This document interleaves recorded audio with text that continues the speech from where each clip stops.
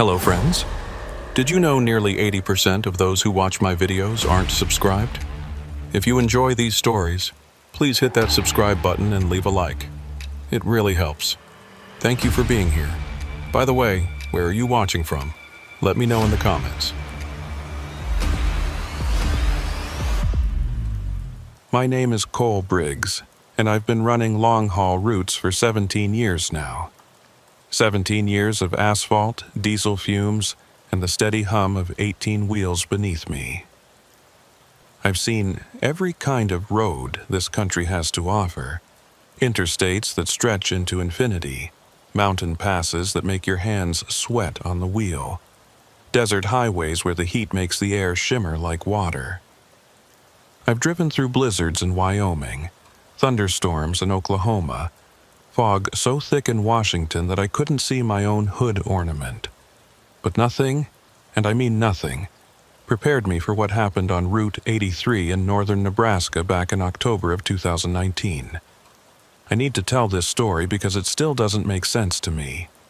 Even now, years later, I wake up in the middle of the night thinking about it. My wife says I should talk to someone, maybe a therapist or something. But how do you explain something that shouldn't be possible? How do you tell someone about something that, according to every record and every piece of evidence, never actually happened the way I remember it? Let me start at the beginning. It was a Tuesday night, around 9:30 in the evening. I'd picked up a load of agricultural equipment in Sioux Falls, South Dakota, pumps and irrigation parts, nothing special. The delivery was scheduled for a farm supply warehouse outside of North Platte, Nebraska. A simple run, maybe 4.5 hours if I kept a steady pace. I'd done this route dozens of times before. It was one of those drives where you could practically do it in your sleep, which is a dangerous way to think. But after 17 years, some roads just become part of your muscle memory. The weather was clear that night. I remember that specifically because I'd checked the forecast 3 times before leaving. October in that part of the country can be unpredictable. One day you've got perfect blue skies, the next you're driving through an early snowstorm that shuts down half the state. But that Tuesday was perfect. Temperature in the low 50s, no wind to speak of, visibility for miles. The kind of night where driving actually feels peaceful instead of like work. I left Sioux Falls just after the sun went down. The sky was that deep purple color it gets right before full dark, with the last streaks of orange fading on the western horizon. I had my CB radio on, listening to other drivers chatter back and forth. Mostly, it was the usual stuff. Warnings about speed traps, complaints about dispatch, somebody asking about a good place to eat near exit 212. Normal trucker talk. It's actually comforting, in a weird way. Reminds you that you're not completely alone out here. My phone was fully charged and sitting in the holder on my dashboard. I'd already called my wife, Linda, to let her know I was on the road and would probably be home by 2 or 3 in the morning. She wasn't happy about the late arrival, but she understood. She's been a trucker's wife for 12 years now. She knows how it works. The first hour was completely routine. I merged onto Highway 81 South, then caught Route 20 heading west. The traffic was light, mostly just me and a few other semis scattered across the highway.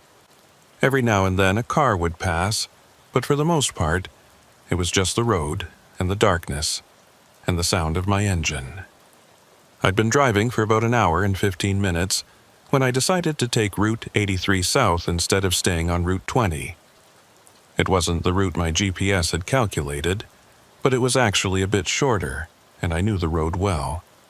Route 83 is one of those long, straight highways that cuts right through the middle of farm country.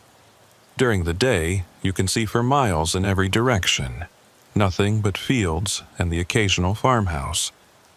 At night, though, it's different. At night, it's just your headlights and the yellow line, and the feeling that you're driving through an ocean of darkness. I made the turn onto Route 83 around 10:45.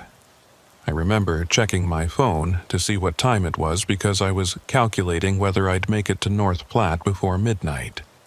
The phone showed full signal strength, 5 bars, and the GPS was tracking perfectly. Everything was normal. The first sign that something was wrong came about 20 minutes later. I was cruising along at a steady 65, listening to the CB, when suddenly the radio crackled with static. It wasn't unusual, CB radios do that sometimes, especially in rural areas. But this was different. It was a sharp, harsh burst of white noise that made me wince and reach for the volume knob. I turned it down, waited a few seconds, then turned it back up. The static was gone, replaced by the normal chatter of other drivers. Probably just drove under a power line or something, I said out loud to myself. That's another thing you do when you drive alone for hours. You talk to yourself. It helps break up the monotony. But then it happened again. Another burst of static, this time longer, maybe 10 or 15 seconds. It completely drowned out whatever the other drivers were saying. I frowned and checked the CB unit. All the lights were on. Everything looked normal. I switched channels, but every channel had the same static. Then, just as suddenly as it started, it stopped. Silence. Not the comfortable silence of an empty radio channel, but complete silence. Like the radio had just shut off entirely. I checked the unit again.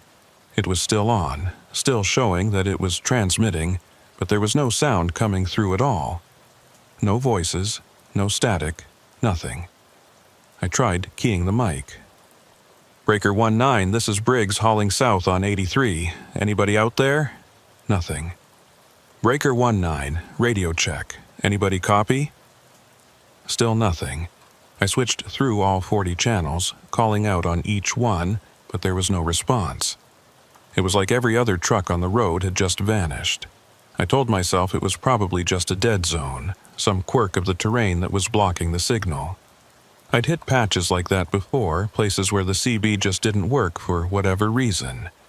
Usually, you'd drive for a few miles and the signal would come back. I kept driving.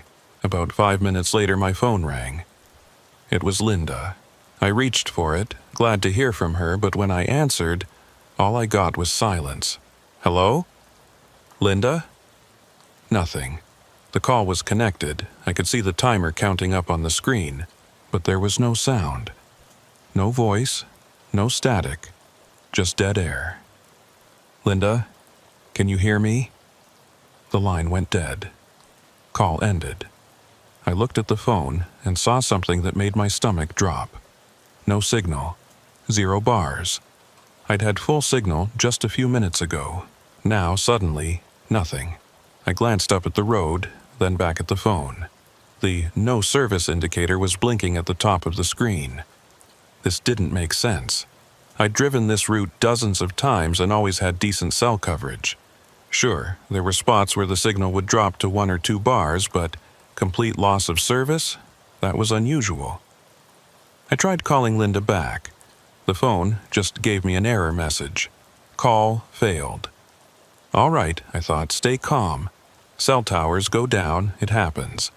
I'd just have to wait until I got a bit further down the road and try again. I set the phone back in its holder and focused on driving. The road ahead was perfectly straight, the yellow center line stretching into the darkness like an arrow.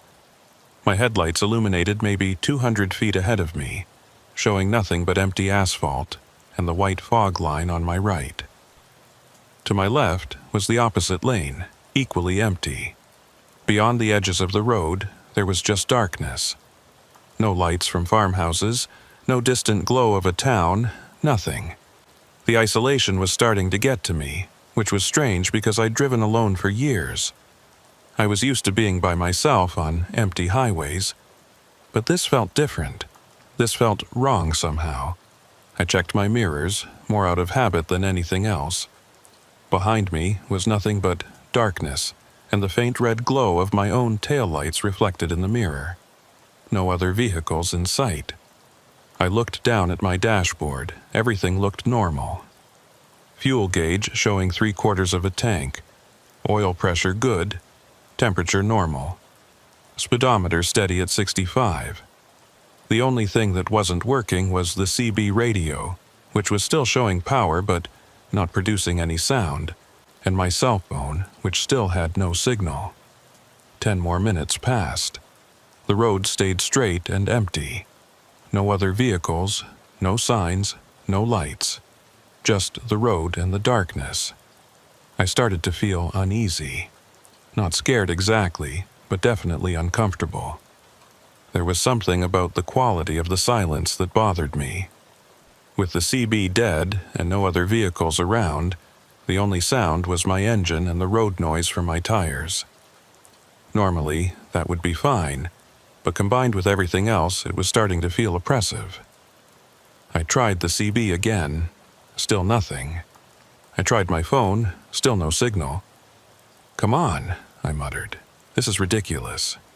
I'd been driving on Route 83 for maybe 45 minutes at this point, and according to my GPS, which was still working, thankfully, I should be getting close to the small town of Thedford. Not much there, maybe a gas station and a couple of houses, but at least it would be some sign of civilization. Some proof that the rest of the world still existed. But as I kept driving, there was no sign of Thedford. No lights in the distance, no buildings, nothing. I checked the GPS again. It showed me right on Route 83, right where I should be, but it didn't show Thedford at all. The map just showed the highway as a line cutting through empty space. That's when I started to feel actual fear. I'd driven through Thedford before, I knew it was there. But according to my GPS, it didn't exist. The map showed Route 83, showed my position on the road, but everything else was just blank. I slowed down, not sure what else to do. My speedometer dropped to 50, then 40. I was scanning the darkness on both sides of the road, looking for any sign of lights or buildings. There was nothing. Then my phone lit up. I grabbed it immediately, hoping it was Linda calling back, hoping the signal had returned. But what I saw on the screen made me hit the brakes. It was a call. The screen showed incoming call, but where the number or name should have been, there was just a string of zeros. Not unknown caller or blocked number like you sometimes see. Just 0000000.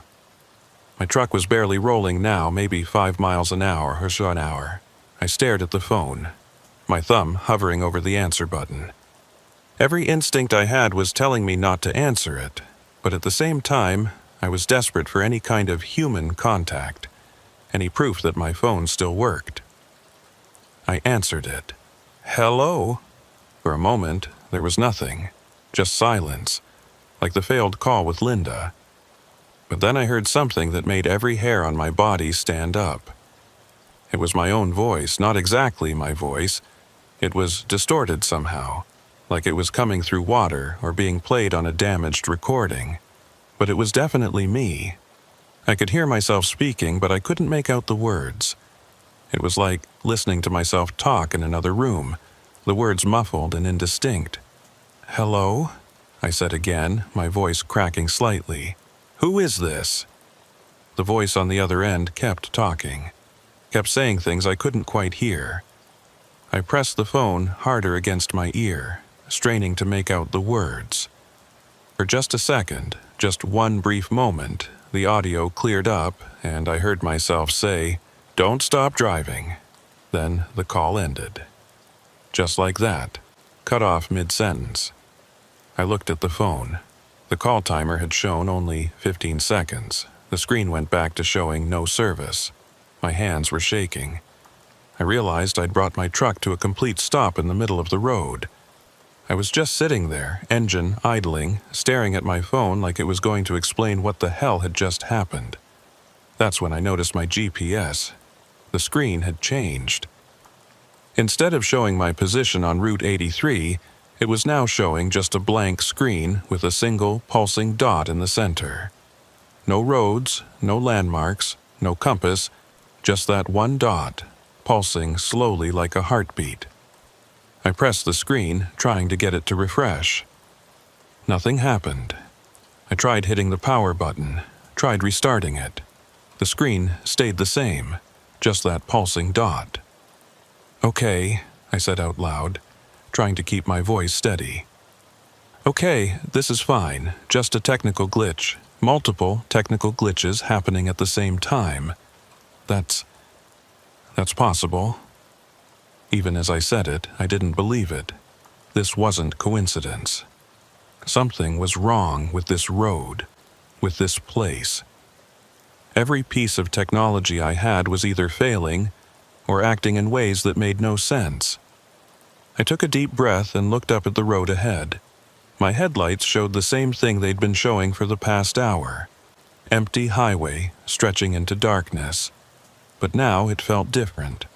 Now it felt like I was looking into something that went on forever, like the road itself was infinite and I was the only thing moving through it. I put my hand on the gear shift. Every instinct I had was screaming at me to turn around, to get off this highway and find another route, but the thought of turning back filled me with a dread I couldn't explain. It wasn't logical, but the idea of going backwards, of driving back the way I came, felt even more wrong than continuing forward. Plus, I told myself, I had a delivery to make. I was a professional. I'd driven through worse conditions than this. So the electronics were acting up, so what? I didn't need a CB radio or a cell phone to drive. I didn't even really need the GPS. I knew Route 83 ran straight south, and eventually it would hit other roads, other towns. All I had to do was keep driving.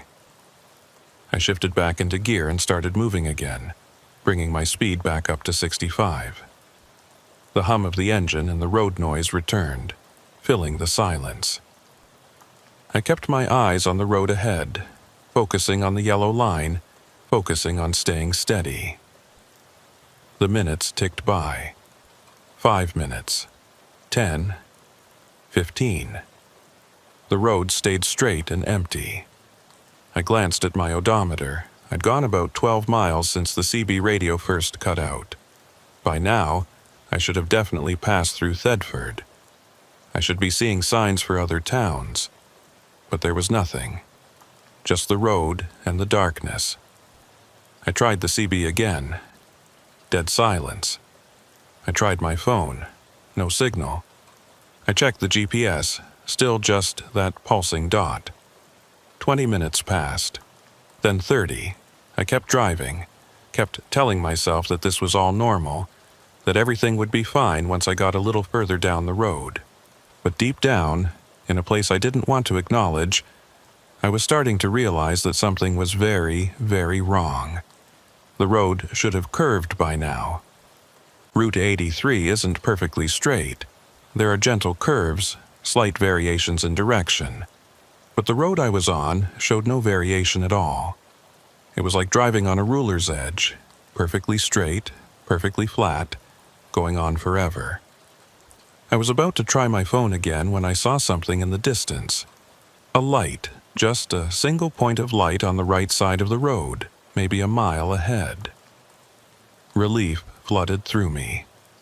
Finally, something. A building, maybe, or a rest stop, or at least a street light. Proof that I hadn't somehow driven off the edge of the world. I kept my eyes on that light as I drove toward it. It didn't seem to be getting any closer, which I attributed to the darkness playing tricks on my depth perception. But as I drove, as the minutes passed, the light stayed the same size, the same distance away. After what felt like 10 minutes of driving directly toward it, the light didn't look any closer at all. That's when I realized I might not be moving forward anymore. I pressed harder on the accelerator. My speedometer showed 70 miles per hour now, faster than I should be going, but I needed to know if I was actually moving. The engine roared louder, the cabin vibrating with the increased speed, but that light in the distance stayed exactly the same size. This wasn't possible. Even if the light was further away than I thought, even if it was 5 miles down the road instead of 1, I should be seeing some change in its appearance. Some growth in its size, some variation in its position. but it remained static, like a photograph, like something painted on the inside of a dome that surrounded me. I eased off the accelerator, bringing my speed back down to 65. My fuel gauge had dropped slightly, proving that my engine was running, that I was burning diesel. But was I actually covering distance? I looked at my odometer. When I'd first turned on to Route 83, it had read 287,432 miles. I'd been driving for over an hour now. I should have covered at least 70 miles, probably more. But the odometer now read 287,438, 6 miles. In over an hour of driving, my odometer claimed I'd only gone 6 miles. I stared at the numbers, waiting for them to change, waiting for them to suddenly jump forward and show the correct reading. They didn't move. Well, they did move. The tenth of a mile digit was slowly ticking upward as I drove, but far too slowly. Way too slowly for the speed I was traveling. "This isn't real," I said out loud. My voice sounded strange in the cabin, flat and dead, like the air itself was absorbing the sound. "This can't be real." But it was real. I could feel the steering wheel in my hands, feel the vibration of the road through my seat, smell the faint scent of diesel and the pine air freshener hanging from my mirror. Everything felt completely normal except for the fact that nothing was working the way it should. I checked my clock. It showed 11:47 p.m. That seemed about right. I'd been on Route 83 for roughly an hour. But then I remembered looking at my phone when I'd answered that strange call. What time had that been? I couldn't remember. The fear and confusion had driven the detail from my mind. But I thought it had been earlier than this. I thought it had been around 11:15 or 11:20. If that was true, then I'd lost time somewhere, or gained it. Or, and this thought made my stomach clench, time itself was behaving differently here. I forced myself to focus on the road. Panicking wouldn't help. I needed to think logically, needed to figure out what was happening. Maybe there was a rational explanation for all of this. Maybe I was having some kind of medical episode, a stroke, or a seizure that was causing hallucinations. Or maybe I'd fallen asleep without realizing it, and this was all a dream. I reached down and pinched my arm hard enough to leave a mark. Pain shot through my forearm, sharp and immediate. I was awake. The light ahead continued to hover in the distance, unchanged. I tried to think about what could cause this kind of phenomenon. I'm not a scientist, but I read a lot during my downtime, and I'd come across articles about electromagnetic anomalies, about places where compasses spin uselessly and electronics fail. There were stories about the Bermuda Triangle, about mysterious disappearances, about entire ships and planes vanishing without explanation. But those were just stories, weren't they? I gripped the steering wheel tighter and kept driving. What else could I do? Stopping seemed even worse than continuing. At least while I was moving, I was doing something, taking action, however futile it might be. Another 10 minutes passed according to my clock, though it felt like much longer. The light ahead remained constant. My odometer had climbed to 287,441 now. 3 more miles added in 10 minutes, which was absurdly slow. Then something changed. I saw another light appear in my rearview mirror. At first, I thought it was another vehicle, someone else on the road behind me. The relief I felt was overwhelming. Another person meant I wasn't alone in this, meant there was someone else experiencing the same thing, someone who could confirm that this was real. But as I watched the light in my mirror, I realized it wasn't moving either. It was just sitting there, maybe a mile behind me, stationary like the light ahead. I had 2 lights now, one ahead, one behind, both the same distance away, both perfectly still. My breathing was getting faster, more shallow. I could feel panic starting to set in. Could feel it creeping up from my chest into my throat. I forced myself to breathe slowly, deeply. Panicking would only make things worse. I decided to try something. I slowed down gradually, bringing my speed down to 40, then 30, then 20. If these lights were real objects in the distance, they should appear to get closer as I slowed down. Or rather, as my rate of approach changed, the visual relationship should change too. The lights didn't move. Both remained at exactly the same apparent distance. I stopped completely. My truck sat idling in the middle of the empty highway. The light ahead stayed where it was. The light behind stayed where it was. Neither moved, neither changed, neither showed any response to my stopping. The silence inside the cabin felt oppressive now. Without the road noise, there was just the low rumble of my engine and the sound of my own breathing. I could hear my heartbeat in my ears, fast and hard. I looked at my phone again, some desperate part of me hoping that the signal had returned, that I could call someone, get help, talk to another human being. The screen still showed no service. My hands were shaking as I set the phone down. I realized I was terrified, truly terrified in a way I'd never been before. This wasn't like being scared of a dangerous driver or worried about bad weather. This was a deep, primal fear of something fundamentally wrong with reality itself. The CB radio suddenly crackled. I jumped so hard I hit my head on the roof of the cabin. My hand flew to the radio, desperate to hear something, anything, any proof that the outside world still existed. Static poured from the speaker, but it wasn't the normal white noise I'd heard before. This was different. This had a pattern to it, a rhythm, almost like speech, but not quite, like words that had been degraded into pure noise. Hello? I grabbed the mic, keying it. This is Cole Briggs on Route 83. Can anyone hear me? Over. The static continued, unchanging. But now I could almost hear something in it, something that might have been a voice. I turned up the volume, pressing my ear close to the speaker. There was definitely something there, not words exactly, but something that wanted to be words. Something that was trying to resolve itself into meaning but couldn't quite make it. The static would rise and fall, forming patterns that were almost intelligible, and then dissolve back into noise. I kept listening, straining to hear, and for just a moment, just one brief, terrible moment, I thought I heard my own name. Cole. It came through the static like a whisper, like something calling from very far away. And it was my voice again. That same distorted version of my own voice I'd heard on the phone call. Cole, still here? Still driving? Who is this? I shouted into the mic. What do you want? The static swelled, became louder, more intense. And then, cutting through it like a knife, I heard, "Behind you." I dropped the mic and spun it around, looking through the rear window of my cabin into the cargo area behind me. Nothing.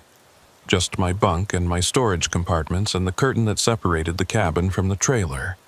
When I turned back around, the light that had been ahead of me was gone. I blinked, sure I was seeing things wrong. But no. The road ahead was completely dark now. The light that had been hovering in the distance for the past hour was simply gone, like it had never been there. I checked my rearview mirror. The light behind me was still there. The static from the CB radio suddenly cut off, leaving silence.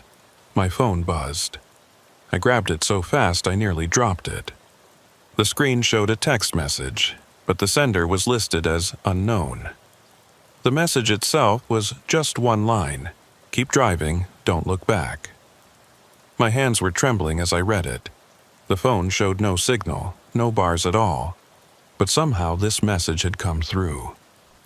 As I watched, the message disappeared from the screen, like it had deleted itself.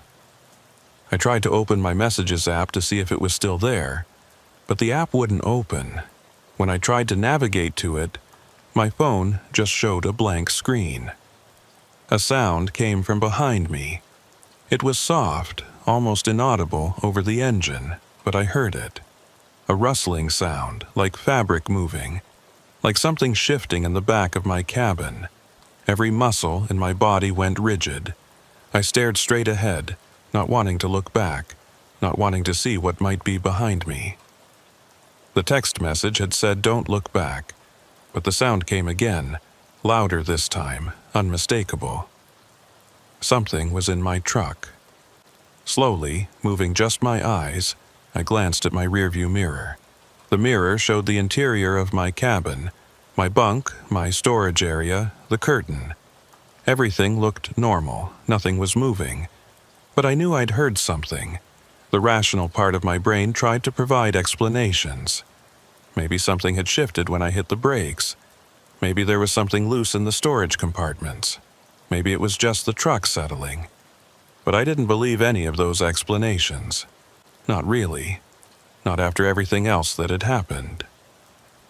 I put my hand on the gear shift, ready to start driving again, when my headlights flickered. It was just for a second, a brief dimming and brightening, but it was enough to make me realize that my headlights had been showing the same stretch of road for the past several minutes. Despite the fact that I'd been stopped, despite the fact that I'd seen the light ahead disappear, the road in front of me looked exactly the same as it had before.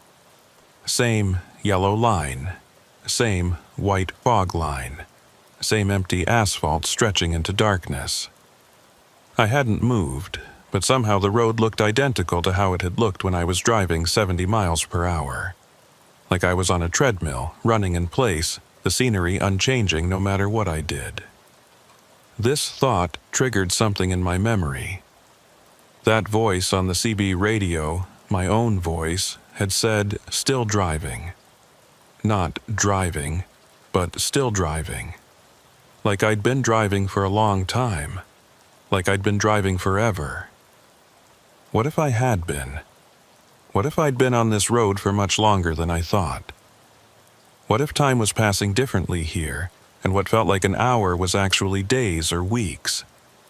What if I'd been driving in circles, or driving nowhere, trapped in some kind of loop? The thought was so terrifying that I almost couldn't process it. But it would explain so much. The unchanging road, the lights that never got closer, the way my odometer barely moved despite hours of driving.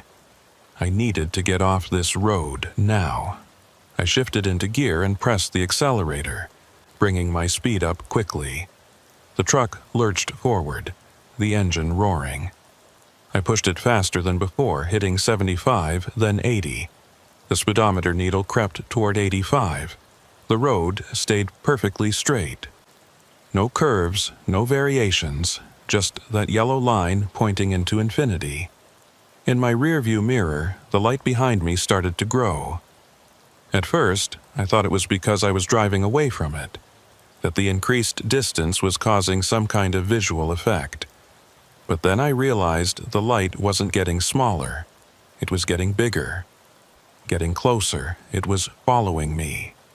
I pushed the accelerator all the way down. My truck wasn't built for this kind of speed, and I could hear the engine straining, could feel the whole vehicle shaking with the effort. The speedometer hit 90, then 95. The light in my mirror kept growing. It was closer now, close enough that I could see it wasn't just a single light, but multiple lights arranged in a pattern. Like headlights.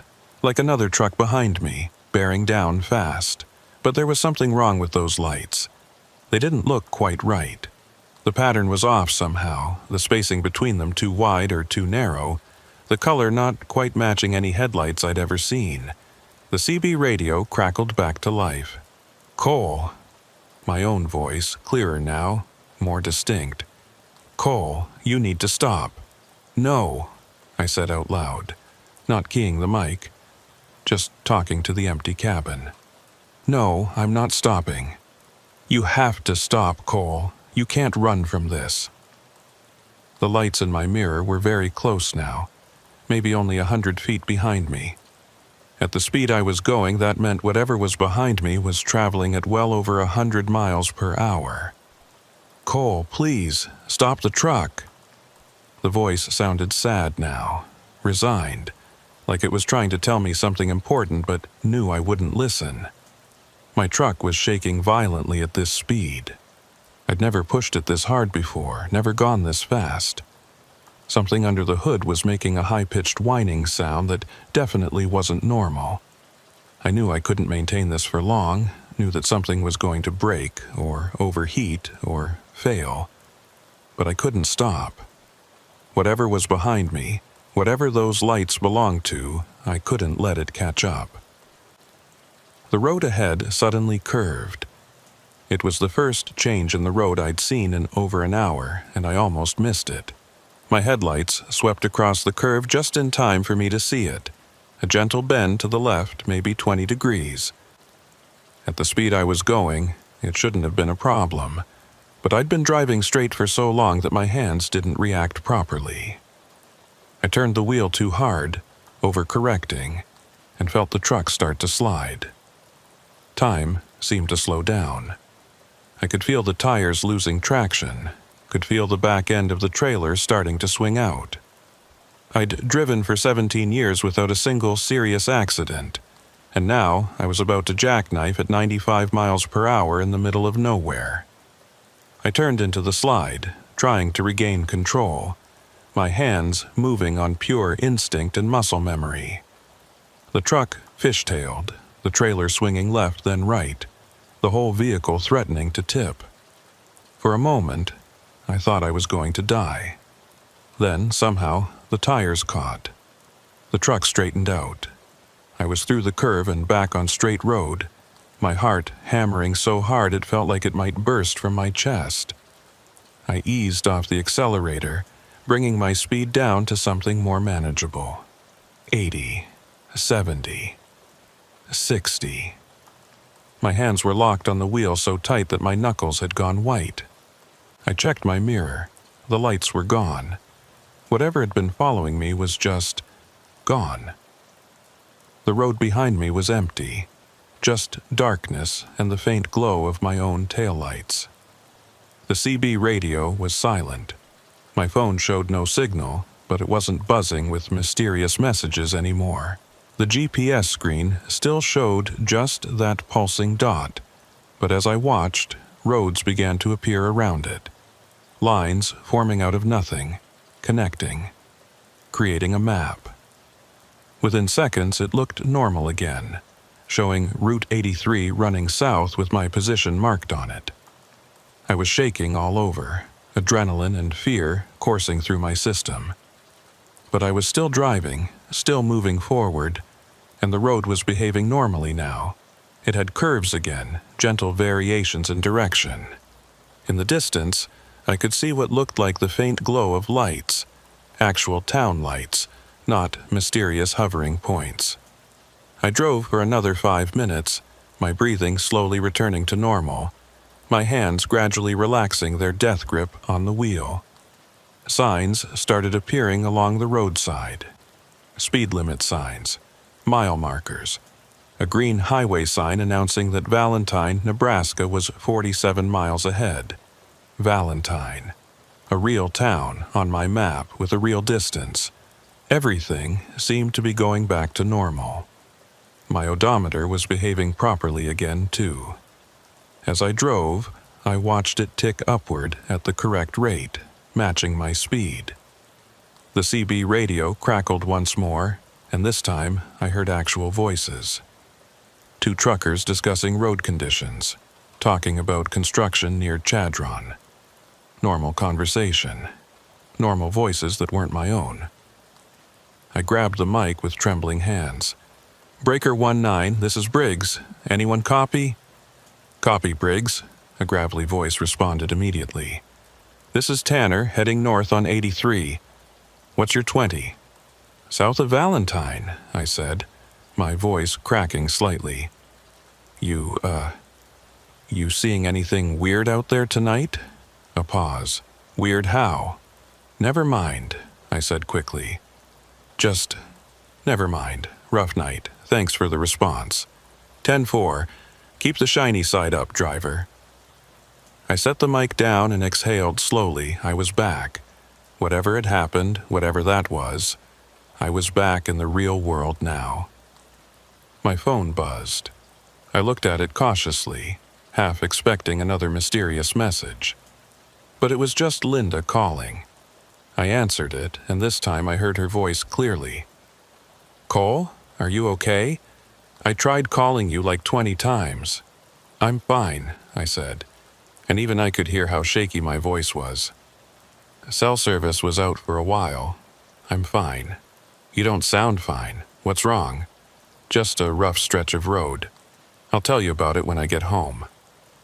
We talked for a few more minutes, normal conversation about normal things, and by the time we hung up, I almost felt like myself again. Almost, because I couldn't shake the feeling that something had happened back there. Something that I didn't understand, and probably never would. I'd lost time, or gained it, or existed outside of it entirely. I'd been somewhere that wasn't quite real, driving on a road that wasn't quite a road. And that voice, my own voice, telling me to stop, telling me I couldn't run. Run from what? I pushed the thought away and focused on driving. Valentine appeared in the distance, its lights growing steadily larger as I approached. Real lights, attached to real buildings, in a real town. I'd never been so happy to see civilization, but even as I drove through Valentine and continued south toward North Platte, even as the night progressed normally and I completed my delivery on schedule, a part of me couldn't stop thinking about that stretch of road. I've driven Route 83 dozens of times since that night, always during the day, always making sure I pass through that section with plenty of sunlight and traffic around me. During the day, it looks completely normal. Just another rural highway cutting through farm country, but I've never driven it at night again. And I never will. I made my delivery to North Platte just after 3 in the morning. The warehouse supervisor who met me at the loading dock was half asleep, barely grunting a greeting as he directed me to back up to Bay 7. I went through the motions automatically, checking the seals, opening the trailer, watching the forklift operators unload the agricultural equipment I'd been hauling. The whole time, my mind was elsewhere. I kept replaying what had happened on Route 83, trying to make sense of it, trying to find some rational explanation that would let me file it away as a strange experience and move on. But I couldn't. Every explanation I came up with fell apart under scrutiny. Equipment malfunction? All my equipment at once, including my odometer and clock? Atmospheric anomaly? That would explain the signal loss maybe, but not the voices, not the lights, not the road itself stretching into impossibility. Some kind of hallucination? But everything had felt real, more than real, hyper-real, like reality turned up too loud. Sir, you need to sign here." I blinked and realized the supervisor was standing in front of me with a clipboard. I signed the delivery confirmation with a hand that still wasn't quite steady, took my copy, and climbed back into my truck. The logical thing to do would have been to find a truck stop, grab a few hours of sleep, and then head home. But I wasn't tired. The fear and adrenaline from earlier had faded, replaced by a kind of manic alertness that I knew from experience wouldn't let me sleep even if I tried. So I started driving. Not home. That would have meant getting back on Route 83, even if just for a few miles, and I wasn't ready for that. Instead, I took Highway 80 east, adding hours to my trip, but keeping me on major interstates with plenty of traffic and cell coverage. The sun came up as I was passing through Grand Island. I pulled into a Flying J, filled up my tank, and went inside for coffee. The fluorescent lights and the smell of bad coffee and breakfast sandwiches were the most comforting things I'd experienced in hours. Normal. Mundane. Real. I sat in a booth by the window watching other truckers come and go and pulled out my phone. Full signal. 5 bars. I stared at it for a long moment, then opened my call history. The call from Linda that had failed at 11:02 p.m. was there. The successful call from Linda at 12:43 a.m. was there. But between them, there should have been another call. That strange call with the string of zeros. The call where I'd heard my own voice. It wasn't in my call history at all. Like it had never happened. I checked my messages. The text that had told me to keep driving. To not look back. Also gone. Not in my message history. Not in my deleted messages. Nowhere. I opened the browser on my phone and searched for Route 83 Nebraska anomalies. Nothing useful came up. I tried Route 83 signal loss, Route 83 missing time, Route 83 strange occurrences. Most of the results were just generic information about the highway, some travel blogs, nothing relating to what I'd experienced. But then I found something. It was a post on a trucking forum from 3 years ago, buried deep in a thread about unusual road conditions. The user, someone called Wheels Down 72, had written, "Anyone ever have problems on 83 between Thedford and Valentine? Drove through there last night and my CB and cell both went dead for almost an hour. Freaked me out. Couldn't get through to dispatch." There were only 2 replies. One said, "Happens sometimes in rural areas. Dead zones." The other said, 83 is weird at night. Stick to daytime if you can." That was it. No elaboration, no shared experiences, nothing more. But it was something. Proof that I wasn't the only one who'd experienced something strange on that stretch of road. I kept searching, trying different search terms, looking through more trucking forums. I found a few other scattered mentions of signal problems on Route 83, but nothing that described what I'd gone through. No one talking about impossible roads, or mysterious lights, or hearing their own voice through the static. My coffee had gone cold. I checked the time. It was already past 8 in the morning. Linda would be up, probably wondering why I hadn't called to say I was almost home. I dialed her number, and she answered on the first ring. "Cole, where are you?" "Flying J in Grand Island. Look, I know I said I'd be home by 3, but I took a different route. I'll probably be another 4 or 5 hours. Is everything okay?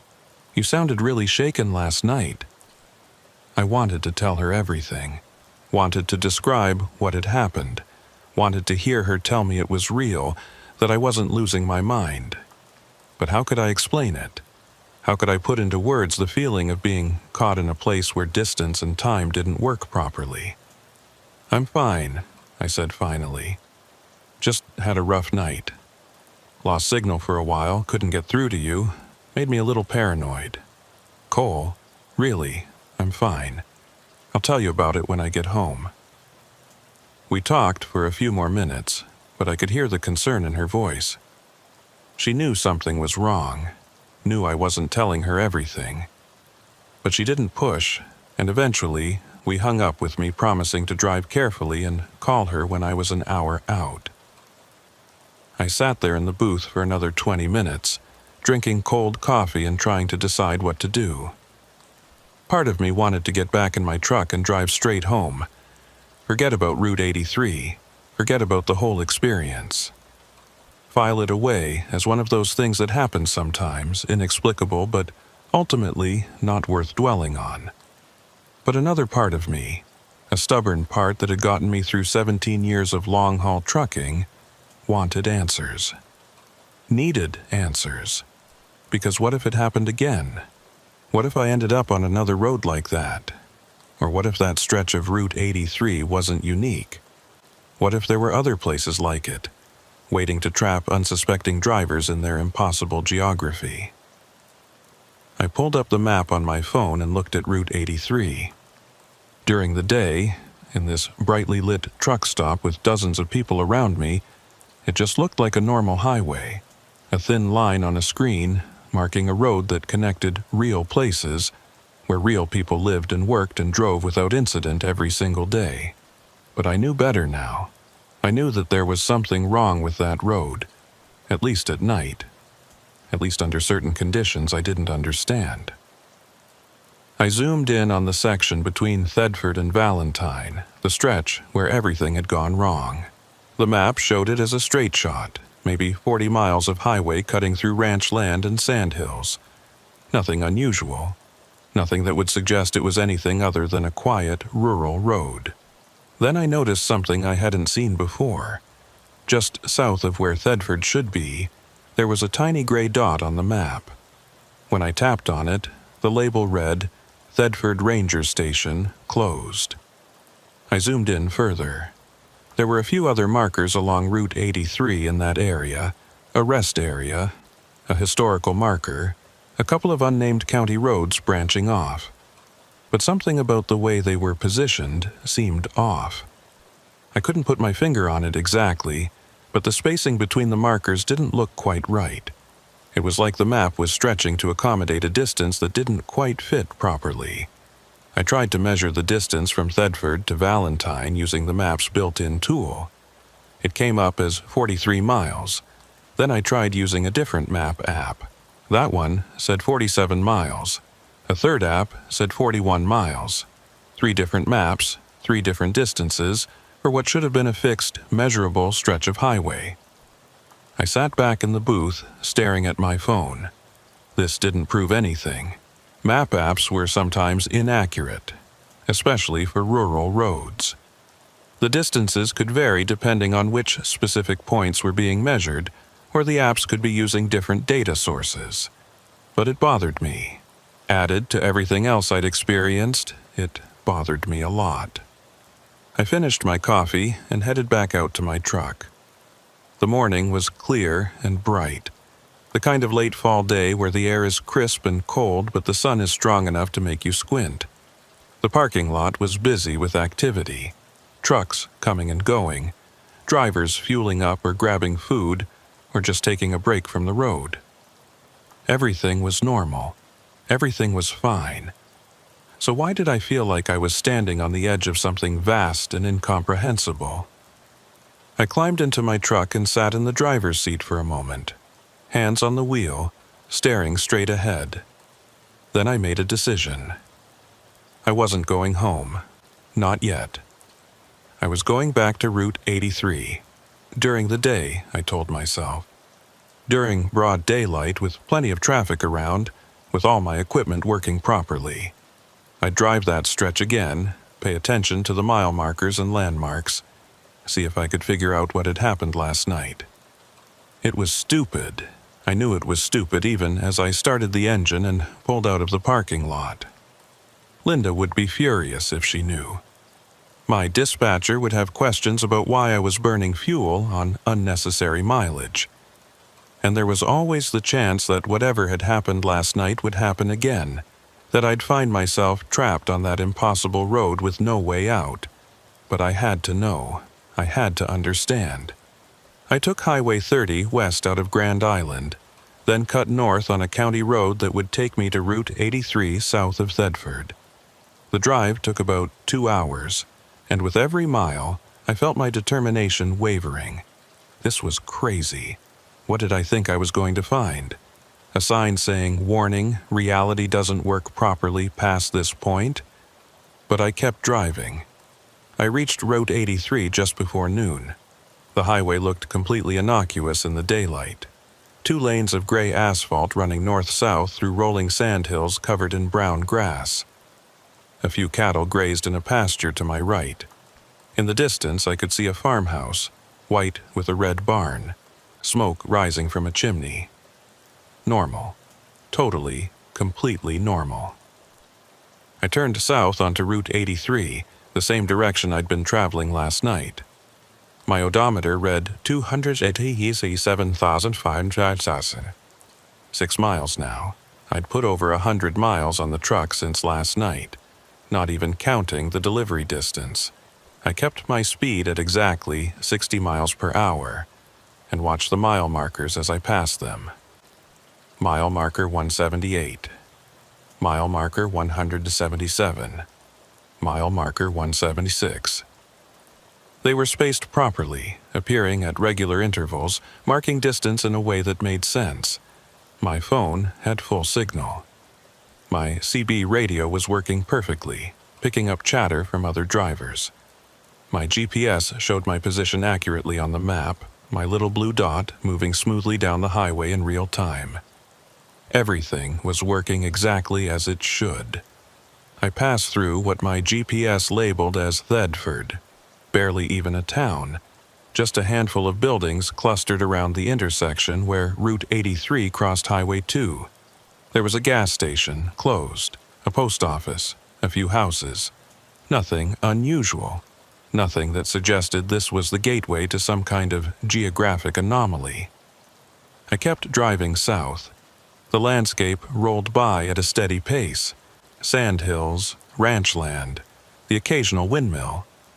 Every few minutes, I'd pass another vehicle going the opposite direction. A pickup truck, a sedan, another semi. Normal traffic patterns for a rural highway at midday. I checked my odometer regularly. After 30 minutes of driving at 60 miles per hour, it showed I'd covered exactly 30 miles. The math worked. Distance and time and speed all lined up perfectly, the way they were supposed to. Mile marker 147, mile marker 146, mile marker 145.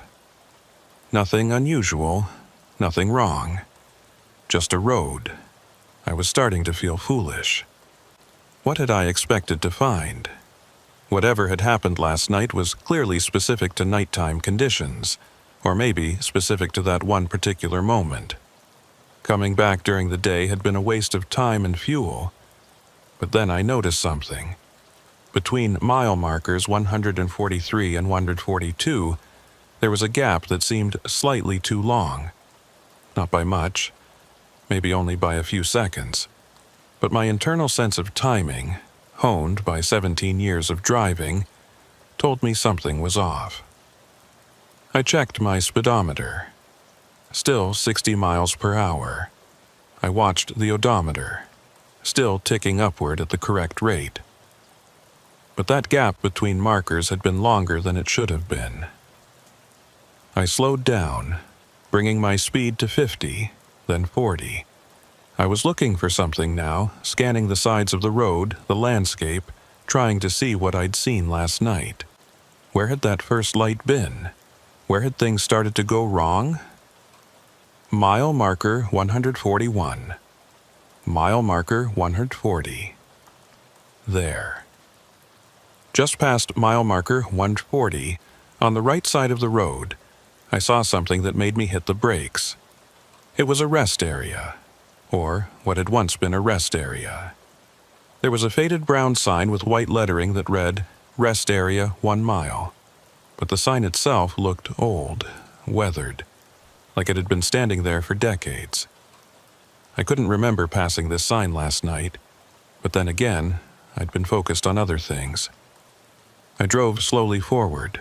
The rest area appeared on my right, a paved turnoff leading to a small parking area with a few picnic tables and an old bathroom facility.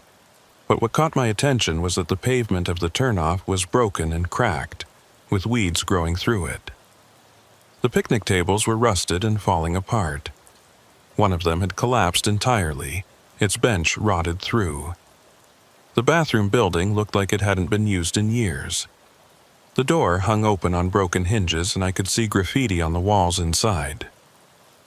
But according to the sign I'd just passed, this rest area was maintained by the Nebraska Department of Transportation. It should have been in usable condition. Instead, it looked abandoned, forgotten. I pulled into the rest area and stopped my truck. For a long moment, I just sat there, engine idling, staring at the decrepit buildings. Something was wrong with this place.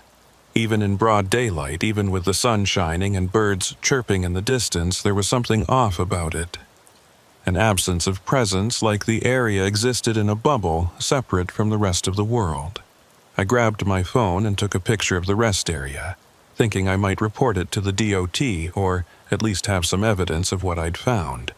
But when I looked at the photo I'd just taken, the rest area looked different. The pavement was intact. The picnic tables looked new. The bathroom building appeared clean and maintained. I lowered the phone and looked at the real rest area in front of me. Abandoned and decaying. I raised the phone again and looked at the screen. Clean and maintained. My hands started shaking. I took 3 more pictures, each from a slightly different angle. Every single one showed a well-maintained rest area that bore no resemblance to what I was actually seeing. I set the phone down carefully on the passenger seat and took a deep breath. This was like last night, but different. Last night, the world had changed around me. Now, the world was showing me 2 different versions of itself simultaneously. One version that I could see with my eyes, another version that appeared through my camera. Which one was real? I looked at my GPS. It showed my position clearly, sitting in a rest area on Route 83 between mile markers 140 and 141. I zoomed in on the map trying to see if the rest area was marked. It wasn't. According to my GPS, I was sitting in an empty spot by the side of the road, but I could clearly see the rest area around me. The CB radio crackled, making me jump. A voice came through, clearer than any CB transmission I'd ever heard. "Cole Briggs, you're getting close now." It wasn't my voice this time. It was a woman's voice, calm and matter-of-fact, like she was commenting on the weather. I grabbed the mic with trembling hands. "Who is this? How do you know my name?" "You felt it last night, the space between places. You drove through it without understanding." "I don't understand what you're talking about." "What space? What the road remembers, Cole. It remembers everyone who passes through. And some of us it keeps." The transmission ended. I tried to respond, but the CB had gone back to its normal channels. Different drivers talking about different things, none of them addressing me or even seeming to know I'd just been part of a conversation. I set the mic down and looked at the rest area again. It still appeared abandoned to my eyes. I pulled out my phone and took another picture. Still maintained and clean, I needed to leave. Whatever this place was, I needed to get back on the highway and get out of here. But as I reached for the gear shift, something in my peripheral vision caught my attention. There was someone standing by the bathroom building. I turned my head slowly, afraid of what I might see. It was a figure, human-shaped, but somehow wrong. Not transparent or ghostly, but not quite solid either. Like a photograph that had been layered imperfectly over reality. The figure was wearing what looked like old-fashioned clothes, coveralls, and a work shirt, the kind a farmer or rancher might have worn in the 1950s or 60s. I couldn't make out any facial features, just a general impression of a face, like looking at someone through frosted glass.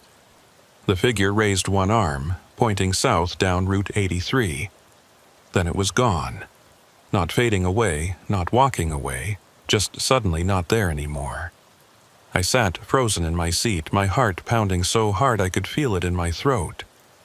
Every instinct I had was screaming at me to get out of there, to put this rest area in my rearview mirror and never look back. But that woman's voice on the CB had said I was getting close. Close to what? Close to understanding what had happened last night? Close to figuring out what was wrong with this stretch of road? Or close to becoming like that figure I'd just seen? Something caught between real and not real, trapped in a place that existed outside normal space and time? I shifted into gear and pulled back onto Route 83, heading south. My hands were white-knuckled on the steering wheel again, but I kept driving. The rest area disappeared behind me. Mile marker 139, mile marker 138. Everything looked normal. Fields and hills and fence posts, a hawk circling overhead, a tractor working in a distant field. But I could feel it now. That same wrongness I'd felt last night, but subtler during the day, like the world was stretched thin here, like reality was having trouble maintaining its normal structure. My phone buzzed. I glanced at it and nearly drove off the road. It was a text message. From me. My own phone number was listed as the sender. The message read, "You shouldn't have come back."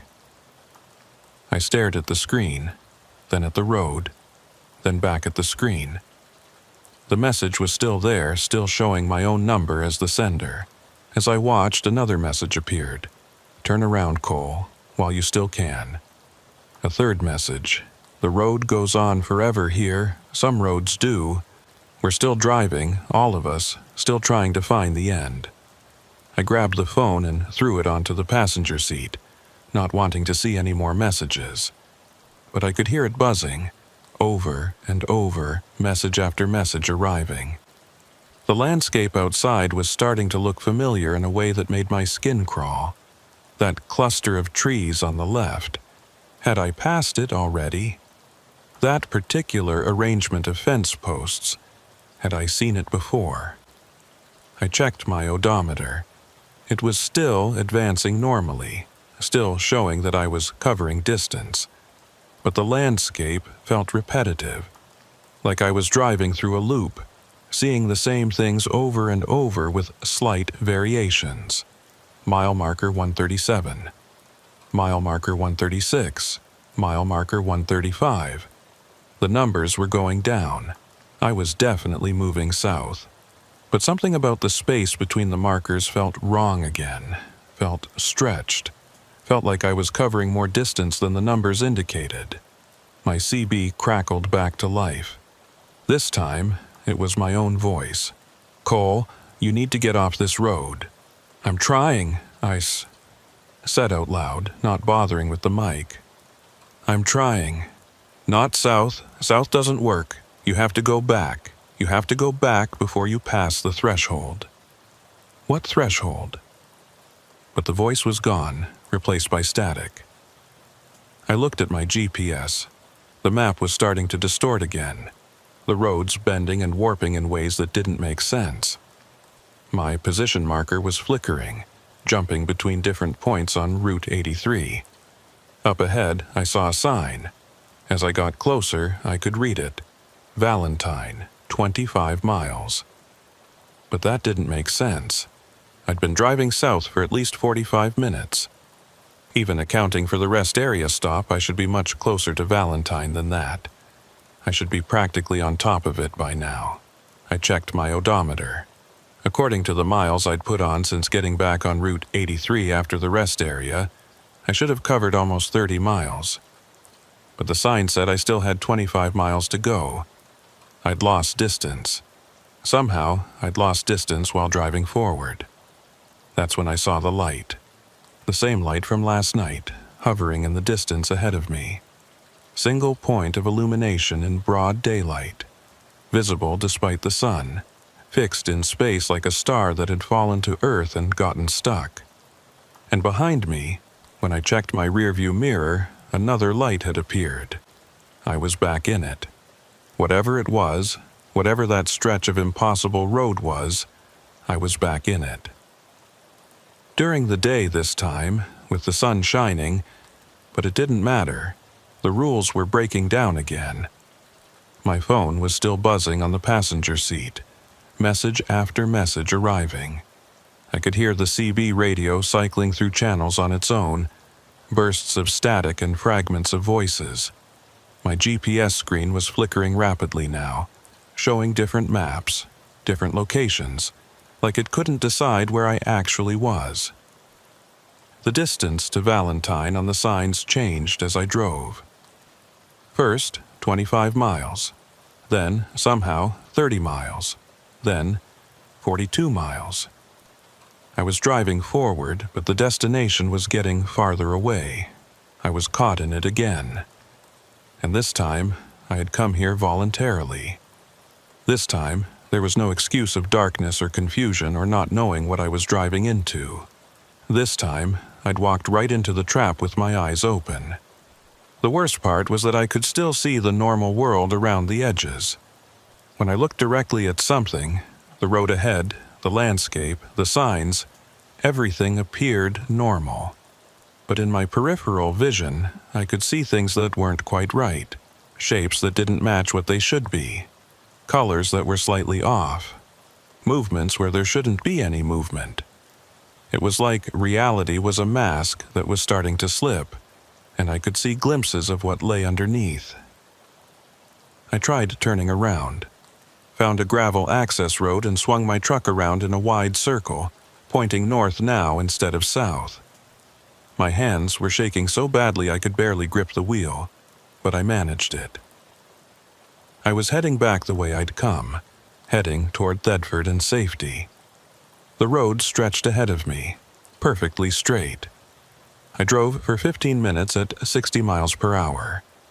15 minutes, which meant I should have covered 15 miles. But the mile markers told a different story. Mile marker 135. Mile marker 134. Mile marker 134 again. Mile marker 133. I was barely moving, despite the feeling of speed, despite the sound of my engine, despite everything that told me I was driving forward at normal velocity. The sun was still up, but it seemed dimmer now, like something was filtering the light, making everything appear as if it was underwater or behind smoked glass. My phone had finally stopped buzzing. I picked it up carefully, afraid of what I might see. The screen showed 247 unread messages, all from my own number. I didn't open them. I didn't want to know what they said. Instead, I tried calling Linda. The call went through. I could see it connecting, see the timer starting.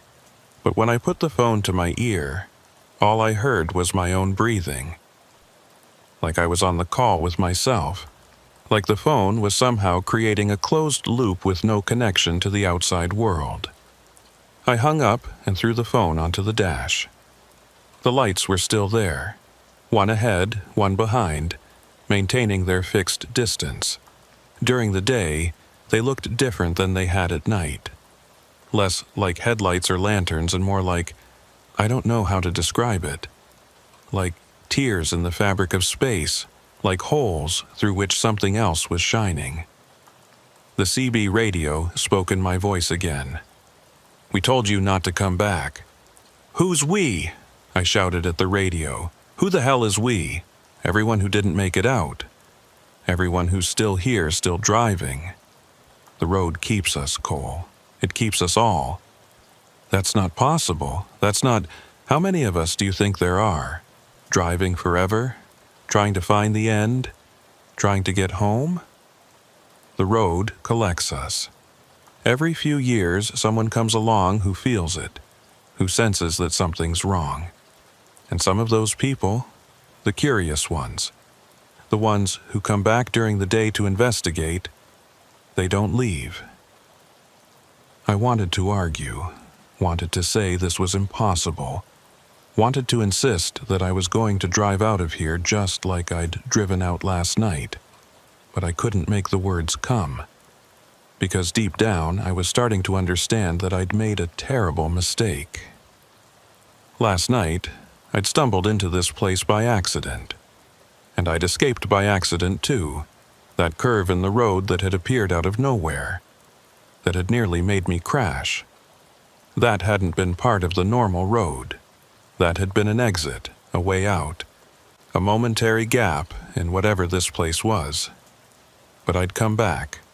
I'd returned voluntarily during the day thinking I could understand it, thinking I could figure it out without consequences, and now the road had me. The abandoned rest area appeared on my right again, even though I'd been driving north, even though I'd left it behind miles ago. The same cracked pavement, the same rusted picnic tables, and standing by the bathroom building was that figure again, the one in the old-fashioned clothes.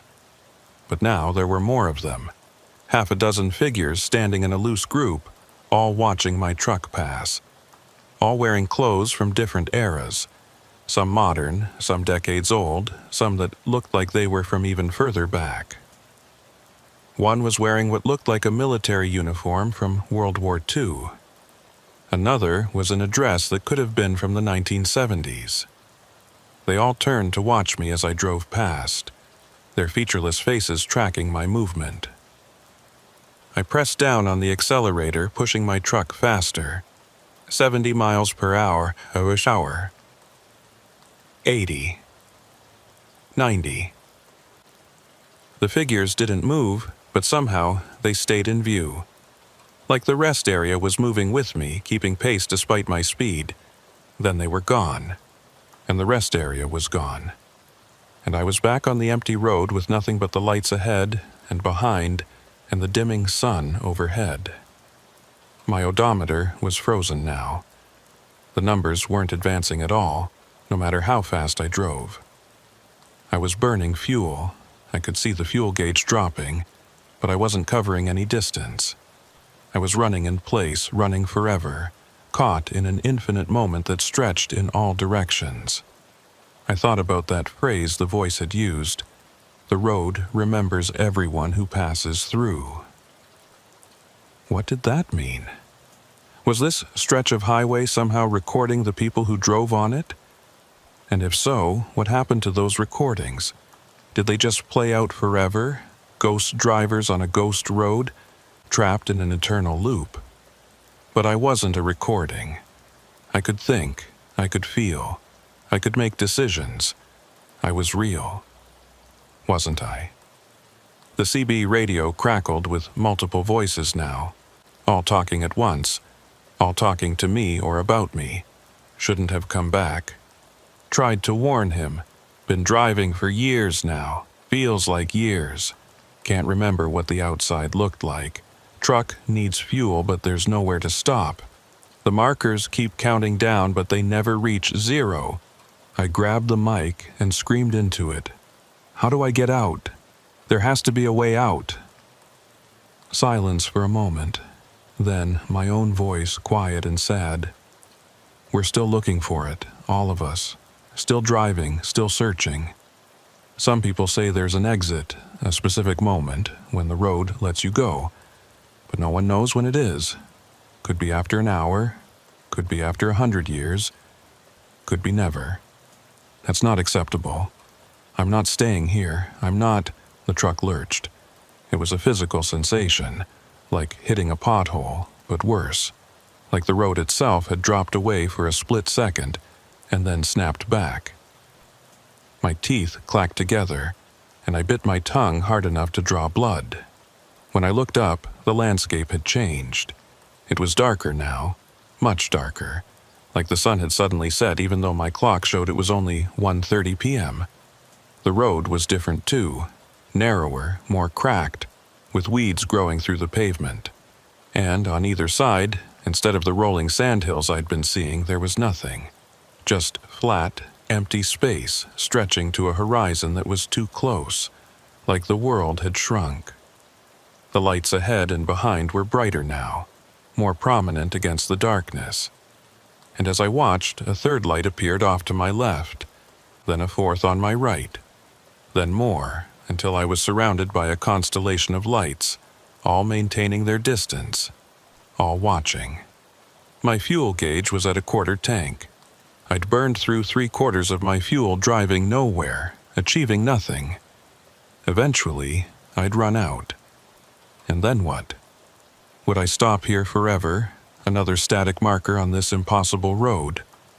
Would I become one of those featureless figures, standing by the abandoned rest area, watching other doomed drivers pass by? I tried to think logically, tried to use my 17 years of driving experience to figure a way out of this. But normal logic didn't apply here. Distance didn't work right, time didn't work right, even basic cause and effect seemed unreliable. The only thing I could think to do was keep driving. Because stopping felt like giving up, like accepting that this was permanent.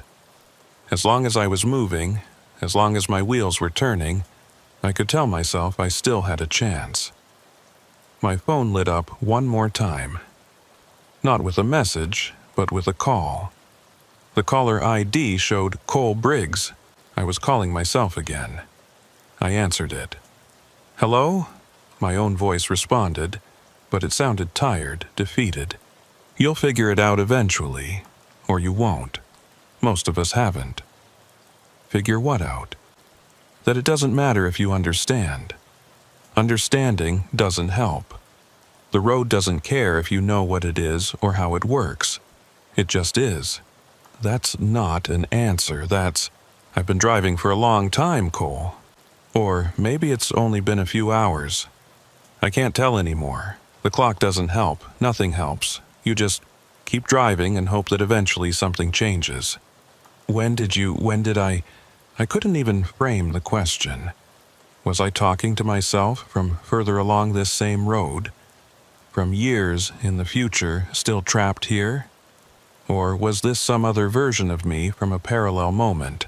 Another Cole Briggs who'd made the same mistake? Does it matter? My own voice asked. You're here now. That's all that matters. You're here and so am I. And so are all the others. We're all still driving. The call ended. I looked at my fuel gauge. 1/8 of a tank left now. I'd be running on fumes soon. The lights around me had multiplied again. Dozens of them now, maybe hundreds, surrounding my truck like a crowd of spectators. Some were moving, not getting closer or farther, but shifting positions, swapping places with each other, creating patterns in the darkness.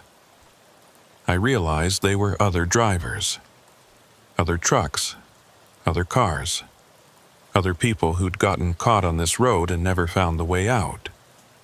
All of us driving forever, burning fuel we didn't have, covering distance that didn't exist. My speedometer showed 95 miles per hour, the same speed I'd been going when I'd nearly crashed last night.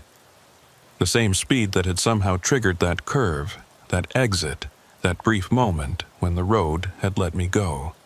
Maybe that was the answer. Maybe that was the way out. I pressed the accelerator all the way down. My truck's engine roared in protest, not designed for this kind of sustained high speed. Something under the hood was making that high-pitched whining sound again. The same sound I'd heard last night.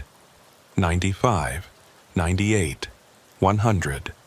The lights around me were moving faster now, swirling, creating spirals and patterns. The road ahead remained perfectly straight, but I could feel something building, some kind of pressure or tension, like reality was straining under the stress of what I was doing. 105 miles per hour. 108. My fuel gauge was on empty now. The low fuel warning light was on. I had minutes left, maybe less. But the pressure was still building, the sensation that something was about to break or tear or give way. 112 miles per hour.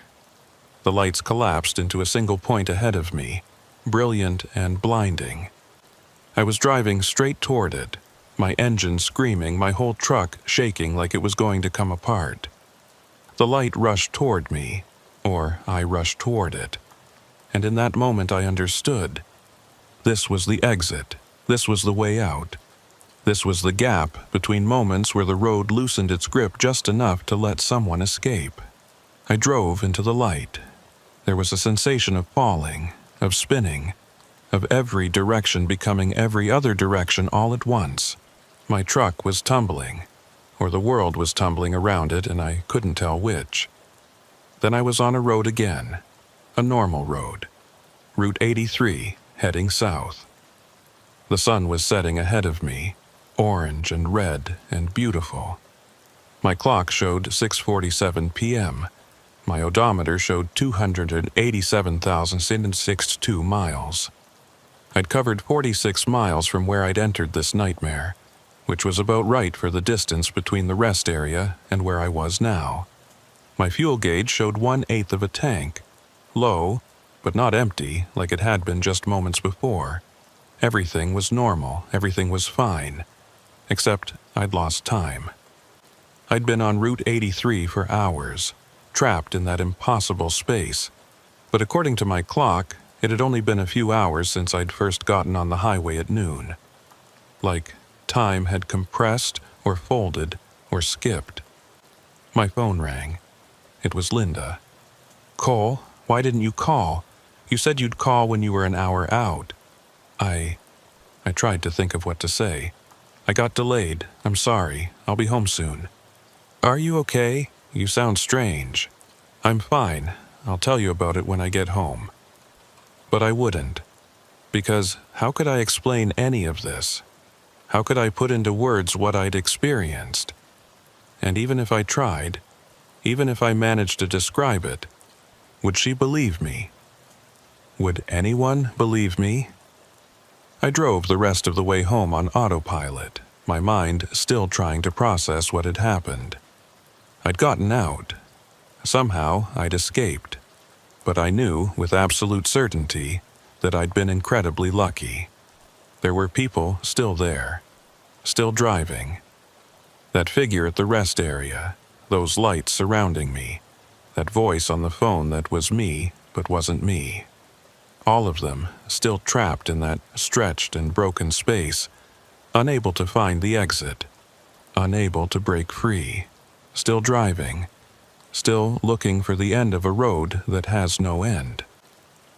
I got home just after 9 p.m. Linda met me at the door, worried and annoyed in equal measure. I hugged her tighter than I had in years, grateful to be touching something real, something solid, something that existed in normal space and time. That night, I couldn't sleep. I kept thinking about those voices on the CB, about my own voice telling me they'd been driving for years. I thought about the messages I'd received from myself, warnings to turn back, admissions that some people never make it out. I pulled up my phone and, for the first time, opened those 247 messages I'd received from my own number. I read through them one by one, and each one was a variation on the same theme. You shouldn't have come back. Turn around while you still can. The road keeps us. I've been driving for 3 years. I've been driving for 8 years. I don't remember what home looks like anymore. The fuel gauge has been on empty for months, but the truck keeps running. I passed myself on the road today. We waved at each other. There are dozens of me now. Hundreds, maybe. All driving, all searching for the exit. If you're reading this, you got out. I'm glad. One of us made it. The last message was time-stamped from 3 years in the future. From 2022, even though this was 2019. I deleted all the messages and put my phone down. The next morning, I called my dispatcher and quit. I told him I was done with long-haul trucking, that I needed to find something else, something that kept me closer to home. He tried to talk me out of it, reminded me of my seniority and benefits, but I was firm. I haven't driven long-haul since that day. I got a job driving local deliveries, nothing that takes me more than 50 miles from home, nothing that requires overnight trips. I make less money, and sometimes Linda asks why I made such a drastic change, but I can't tell her the truth. I can't tell her that there's a stretch of road in Nebraska that isn't really a road at all, that it's a trap, a collection point, a place where the normal rules of space and time break down, that there are people there, drivers who got caught, who are still driving, still burning fuel that shouldn't exist, still trying to find their way home. I can't tell her that sometimes, late at night, my phone buzzes with messages from my own number. Messages from versions of me who didn't make it out, who are still there, still trapped.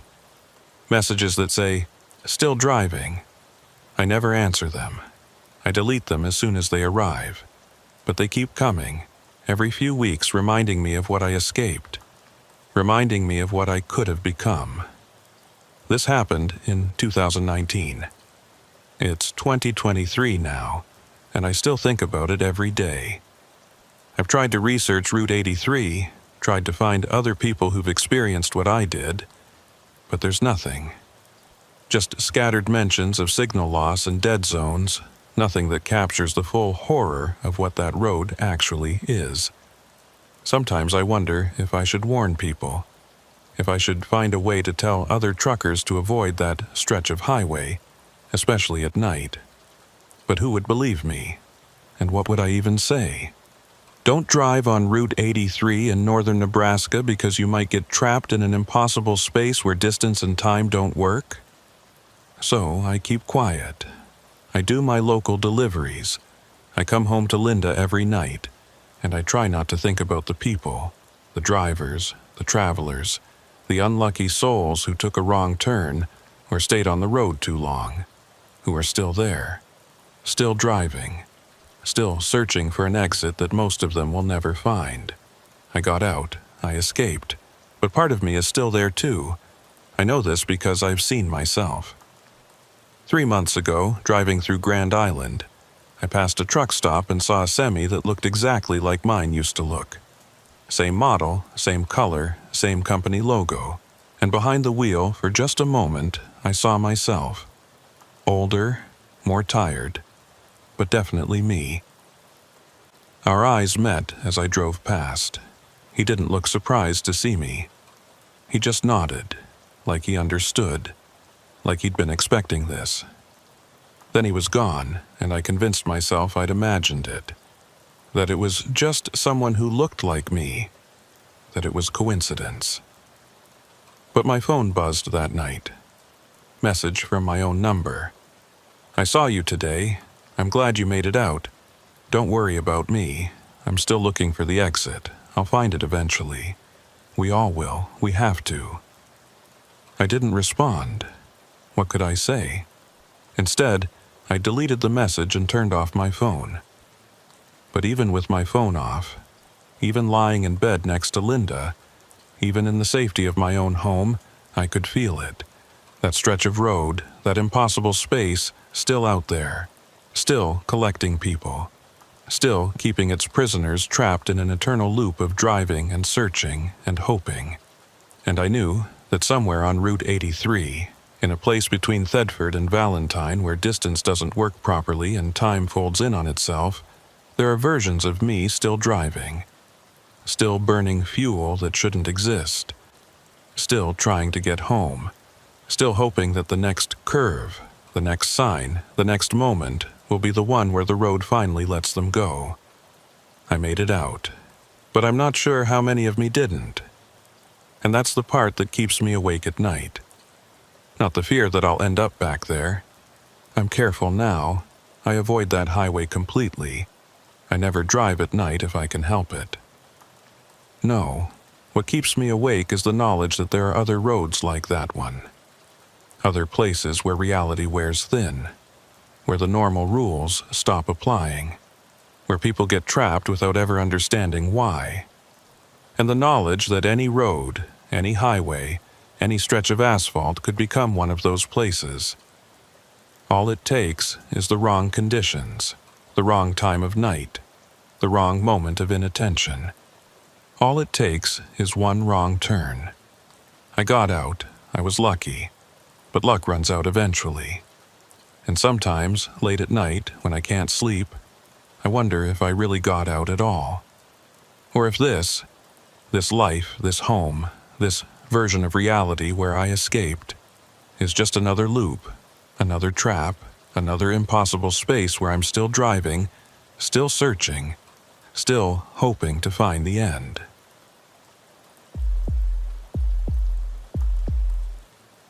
My name is Mason Dalton, and I've been hauling freight across the American heartland for 22 years. 22 years of watching the sun rise over cornfields in Iowa, set over mountains in Colorado, and everything in between. I've driven every major route, and most of the minor ones, logged over 3 million miles, and I thought I'd seen everything this country's roads had to offer. I was wrong. What I'm about to tell you happened in March of 2018, on a route I'd driven at least 50 times before. It was supposed to be routine, a simple overnight haul from Kansas City to Denver, carrying electronics and computer parts. Standard cargo, standard route, nothing out of the ordinary. I'd left Kansas City at 7 in the evening, planning to arrive in Denver by 7 the next morning. 12 hours of driving, maybe 13 with a fuel stop. I should have arrived on schedule. Instead, I lost 17 hours somewhere on Interstate 70 in western Kansas. 17 hours that I can't account for, that don't show up on any of my logs, that might as well have been erased from existence. But I remember every second of them. Let me start with what the day was like before everything went wrong. It was a Tuesday, unseasonably warm for March. The forecast had called for clear skies all the way to Colorado, and for once, the forecast was accurate. When I pulled out of the distribution center in Kansas City, the temperature was a comfortable 58 degrees. No wind, visibility unlimited. I remember thinking it was going to be an easy run, maybe too easy. After 22 years, you learn to be suspicious of trips that seem too straightforward. Something always goes wrong, a blown tire, unexpected construction, a snowstorm that wasn't supposed to hit for another day. But I pushed that thought aside and focused on the road ahead. The first 3 hours were perfect. I merged onto I-70 West and settled into that comfortable rhythm that long-haul drivers know so well. The radio was playing classic rock, my coffee was hot, and the road was mine. Traffic was light, just me and a few other semis scattered across the highway, all of us heading west into the gathering darkness. I'd made this run so many times that I barely had to think about it.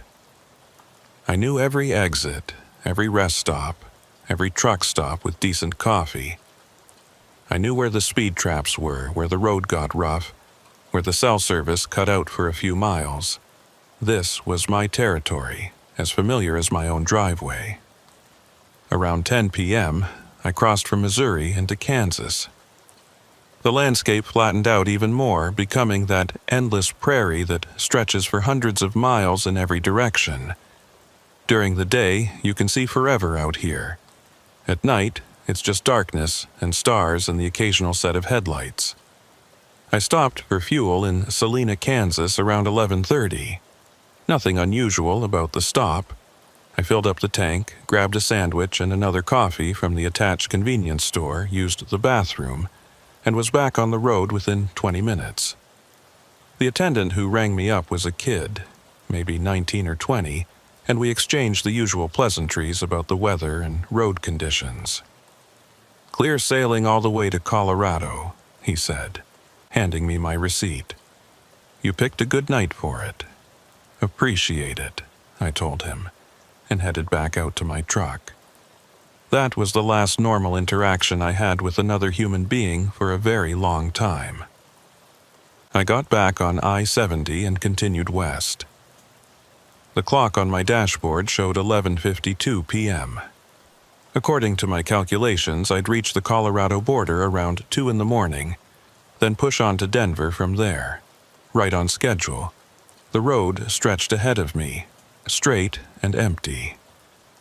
The white dashed lines in the center seemed to pulse in my headlights, creating a hypnotic rhythm. Left side of the road was darkness. Right side was darkness. Above me was a sky full of stars, more stars than you ever see near a city, so many they seemed to blur together into a milky haze. I was about an hour west of Salina when I noticed the first strange thing. My GPS made a sound I'd never heard before. Not the usual alert tone it made when recalculating a route or warning about traffic, but a harsh, discordant beep that made me glance down at the screen. The map had frozen. My position marker, the little blue triangle that shows where you are, was stuck in place, not moving even though I was clearly driving forward at 68 miles per hour. I tapped the screen a few times thinking maybe it had glitched. Nothing changed. Then the screen went black. I tried turning the GPS off and back on. Nothing happened. The power button didn't respond. The screen stayed dark, like the device had completely died. "Great," I muttered, setting it back in its holder. "Just great." It wasn't a disaster. I knew this route well enough to navigate without GPS. But it was annoying. The unit was less than a year old and shouldn't have been having problems. I made a mental note to get it looked at when I got to Denver. I kept driving. About 10 minutes later, my cell phone rang. It was my wife, Jenny, We'd been married for 19 years, and she was used to my irregular hours, but she always liked to check in at least once during overnight runs. I answered on the third ring. "Hey, babe." There was silence on the other end. Not the silence of an empty line, but the silence of a connection that was there, but not transmitting any sound. "Jenny, you there?" Still nothing. I pulled the phone away from my ear and looked at the screen. The call was connected. I could see the timer counting up, but there was no sound at all. "Jenny, if you can hear me, I think there's something wrong with the connection. I'll try calling you back in a few minutes." I hung up and immediately tried calling her back. The phone showed full signal strength, 4 bars, but when I hit the call button, nothing happened. The screen just sat there showing calling, but the call never went through. I tried 3 more times with the same result.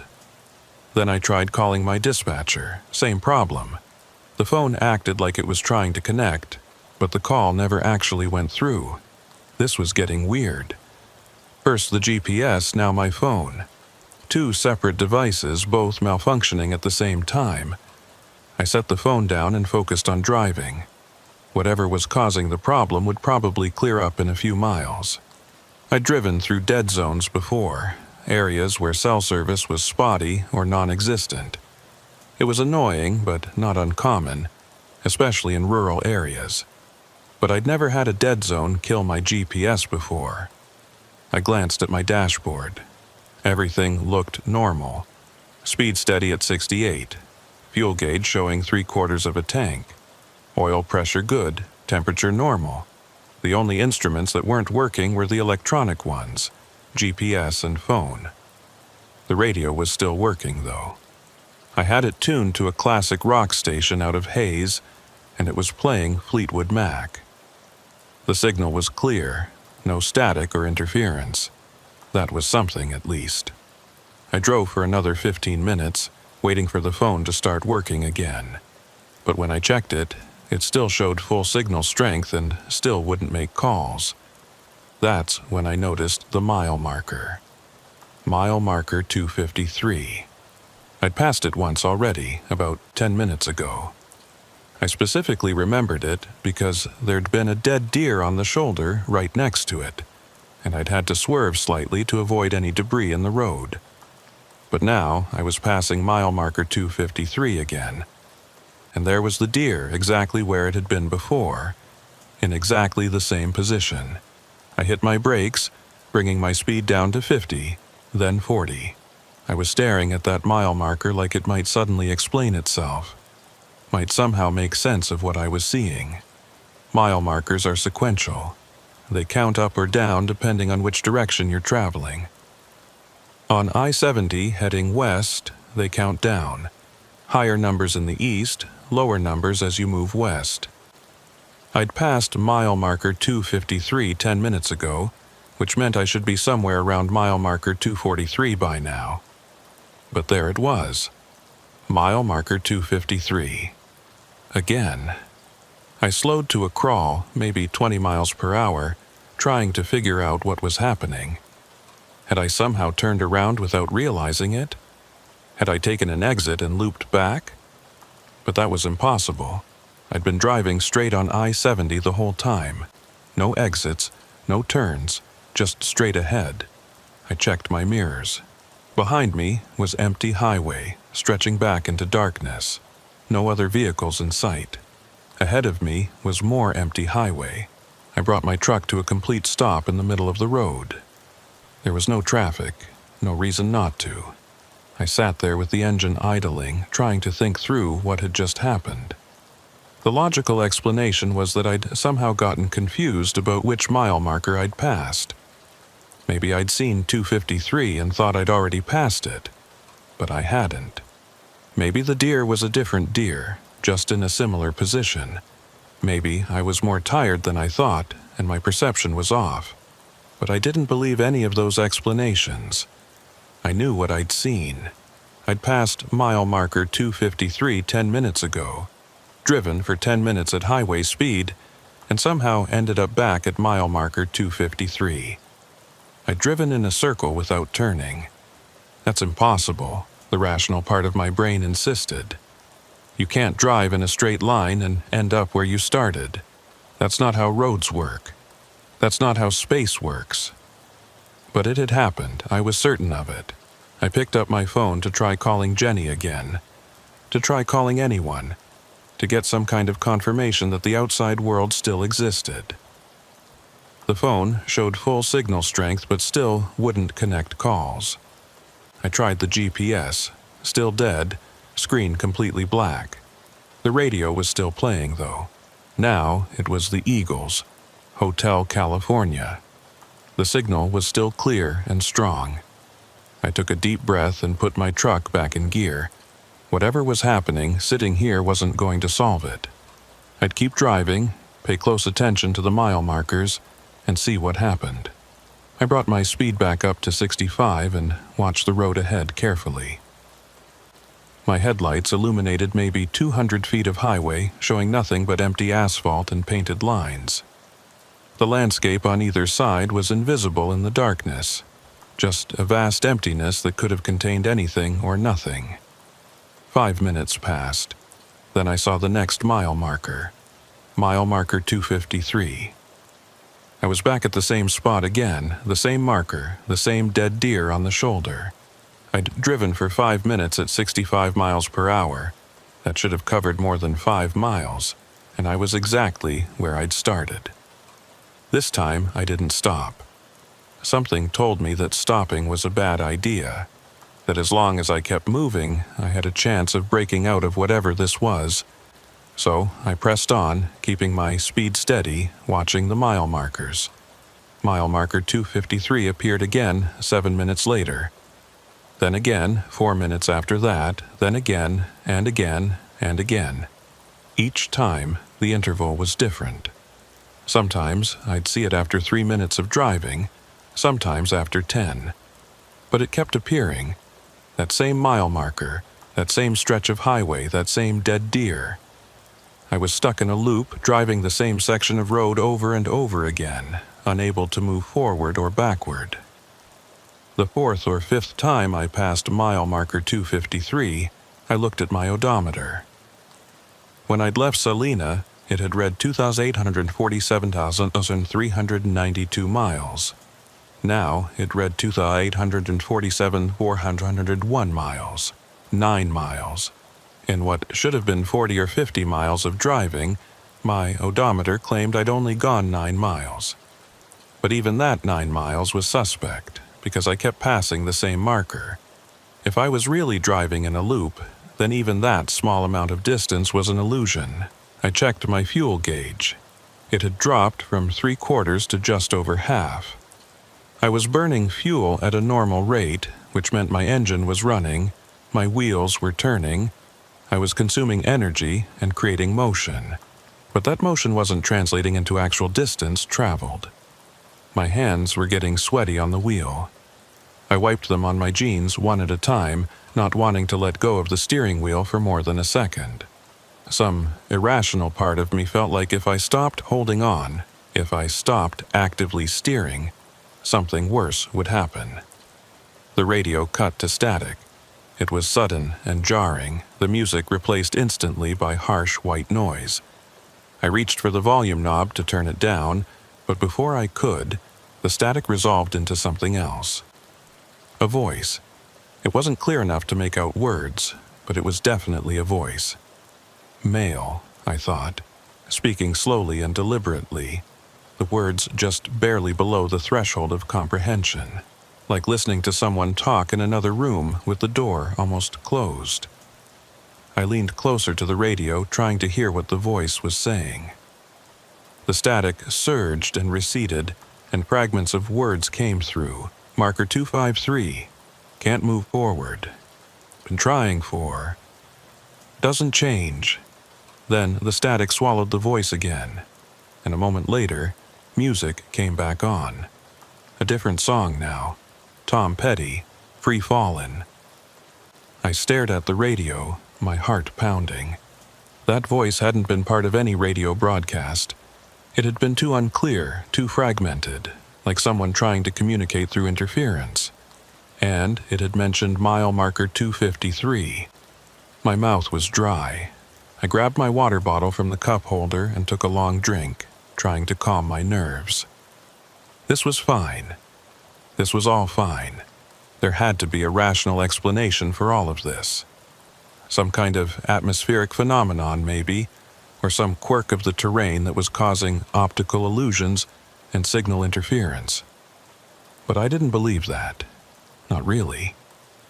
Mile marker 253 appeared ahead of me again. This time, I decided to try something different. As I approached the marker, I slowed down and pulled onto the shoulder, coming to a stop right next to it. The dead deer was about 10 feet ahead of me, illuminated by my headlights. I put the truck in park and sat there, engine idling. The radio was still playing. Now it was CCR, Bad Moon Rising, which seemed almost comically appropriate. My phone still showed full signal strength but wouldn't make calls. My GPS was still dead. I looked at the mile marker. It was standard issue. A small green rectangular sign with white numbers reading 253. Nothing unusual about it. Nothing that would suggest it was any different from the thousands of other mile markers on highways across the country. But it was different. This marker was special somehow. This marker was the center of whatever was happening to me. I grabbed a flashlight from my storage compartment and stepped out of the truck. The night air was cool but not cold. Maybe in the mid-40s. There was no wind, which was unusual for Kansas. The prairie almost always has wind, day or night, but now the air was completely still. The silence was oppressive. No sounds of traffic, no distant machinery, no animals, nothing. Just the idle of my truck engine and the sound of my own breathing. I walked over to the mile marker and examined it closely. It looked completely normal. Metal post driven into the ground, sign attached with bolts, some rust around the edges. Nothing strange, nothing unusual. I turned and looked at the dead deer. It was a young buck, maybe 2 years old, lying on its side with its legs extended. There was no visible wound, no blood, nothing to indicate how it had died. It could have been hit by a car, or it could have just died and fallen there. Hard to tell in the darkness. I swept my flashlight across the surrounding area. The highway extended in both directions, straight as an arrow. The landscape on either side was flat prairie, brown grass and scrub brush. No trees, no buildings, nothing to break up the monotony. In the distance I could see. Actually, I couldn't see anything in the distance. The beam of my flashlight just seemed to stop after a certain point, like it was hitting a wall of darkness that it couldn't penetrate. I walked back to my truck, climbed in, and sat there for a moment trying to decide what to do. Part of me wanted to just stay here, parked on the shoulder, and wait for morning. Surely things would make more sense in daylight. Surely other vehicles would come along eventually, and I could flag someone down, get help. But another part of me, the part that had kept me alive and relatively sane through 22 years of long-haul trucking, was screaming at me to keep moving. Stopping felt like giving up. Stopping felt like accepting that this was my reality now, that I was trapped here. I put the truck in gear and pulled back onto the highway. As soon as I started moving again, the radio cut to static once more. This time, the voice that came through was clearer. Mason Dalton, truck driver, hauling electronics to Denver. I nearly drove off the road. The voice knew my name. The voice knew what I was carrying. How? I started to say, then realized I was talking to a radio. But the voice continued as if it had heard me. I've been here for a long time, Mason. A very long time. You're not the first. You won't be the last. Who is this? I shouted at the radio. What's happening? The static surged, then cleared again. Mile marker 253. We're all at mile marker 253. All of us who got caught. Can you see us? I looked around frantically, checking my mirrors, scanning the highway ahead and behind. There was nothing, no other vehicles, no lights, no signs of anyone else. I don't see anyone, I said. You will, the voice replied. When you've been here long enough, you'll see us. We're all driving, Mason, all trying to find the next marker. Mile marker 252. It should be just a mile down the road, but none of us can reach it. The voice faded back into static, then the music returned. Journey, don't stop believin'. The irony wasn't lost on me. I was shaking now, my hands trembling on the wheel. This wasn't just equipment malfunction or atmospheric interference. This was something else, something I didn't have a framework to understand. Mile marker 253 appeared ahead of me once more. I'd been driving for almost 2 hours now, by my estimate, and I'd made 0 forward progress. I was caught in a loop, a section of highway that repeated endlessly, unable to reach the next marker. And according to that voice, I wasn't alone. I thought about what the voice had said. When you've been here long enough, you'll see us. How long was long enough? Hours, days, years? How long had that voice been trapped here? I didn't want to find out. I don't know how many times I passed mile marker 253 that first night. I lost count somewhere around 30 or 40. Each time I tried something different. I tried driving faster, pushing my truck up to 85 miles per hour, which was dangerous and probably stupid, but I was desperate. I tried driving slower, crawling along at 20 miles per hour, watching every detail of the road, looking for any variation or change. I tried pulling off onto the shoulder and waiting for exactly 10 minutes before continuing. I tried closing my eyes and counting to 60 before looking at the road again. Nothing worked. Mile marker 253 kept appearing, as inevitable as sunrise, as inescapable as gravity. My fuel gauge dropped to a quarter tank. I'd been driving for what felt like 6 or 7 hours, burning through diesel at a steady rate, but getting nowhere. At this rate, I'd run out of fuel within a few hours. And then what? Would I be stuck here forever? A stationary landmark at mile marker 253, waiting for someone to find me. But who would find me? If this place worked the way it seemed to work, no one would ever reach me. They'd just keep passing mile marker 253 over and over, never seeing me, never knowing I was here, unless they'd been here long enough to see the others. The radio crackled again around what my clock insisted was 3 in the morning, though I had no way of knowing if that was accurate.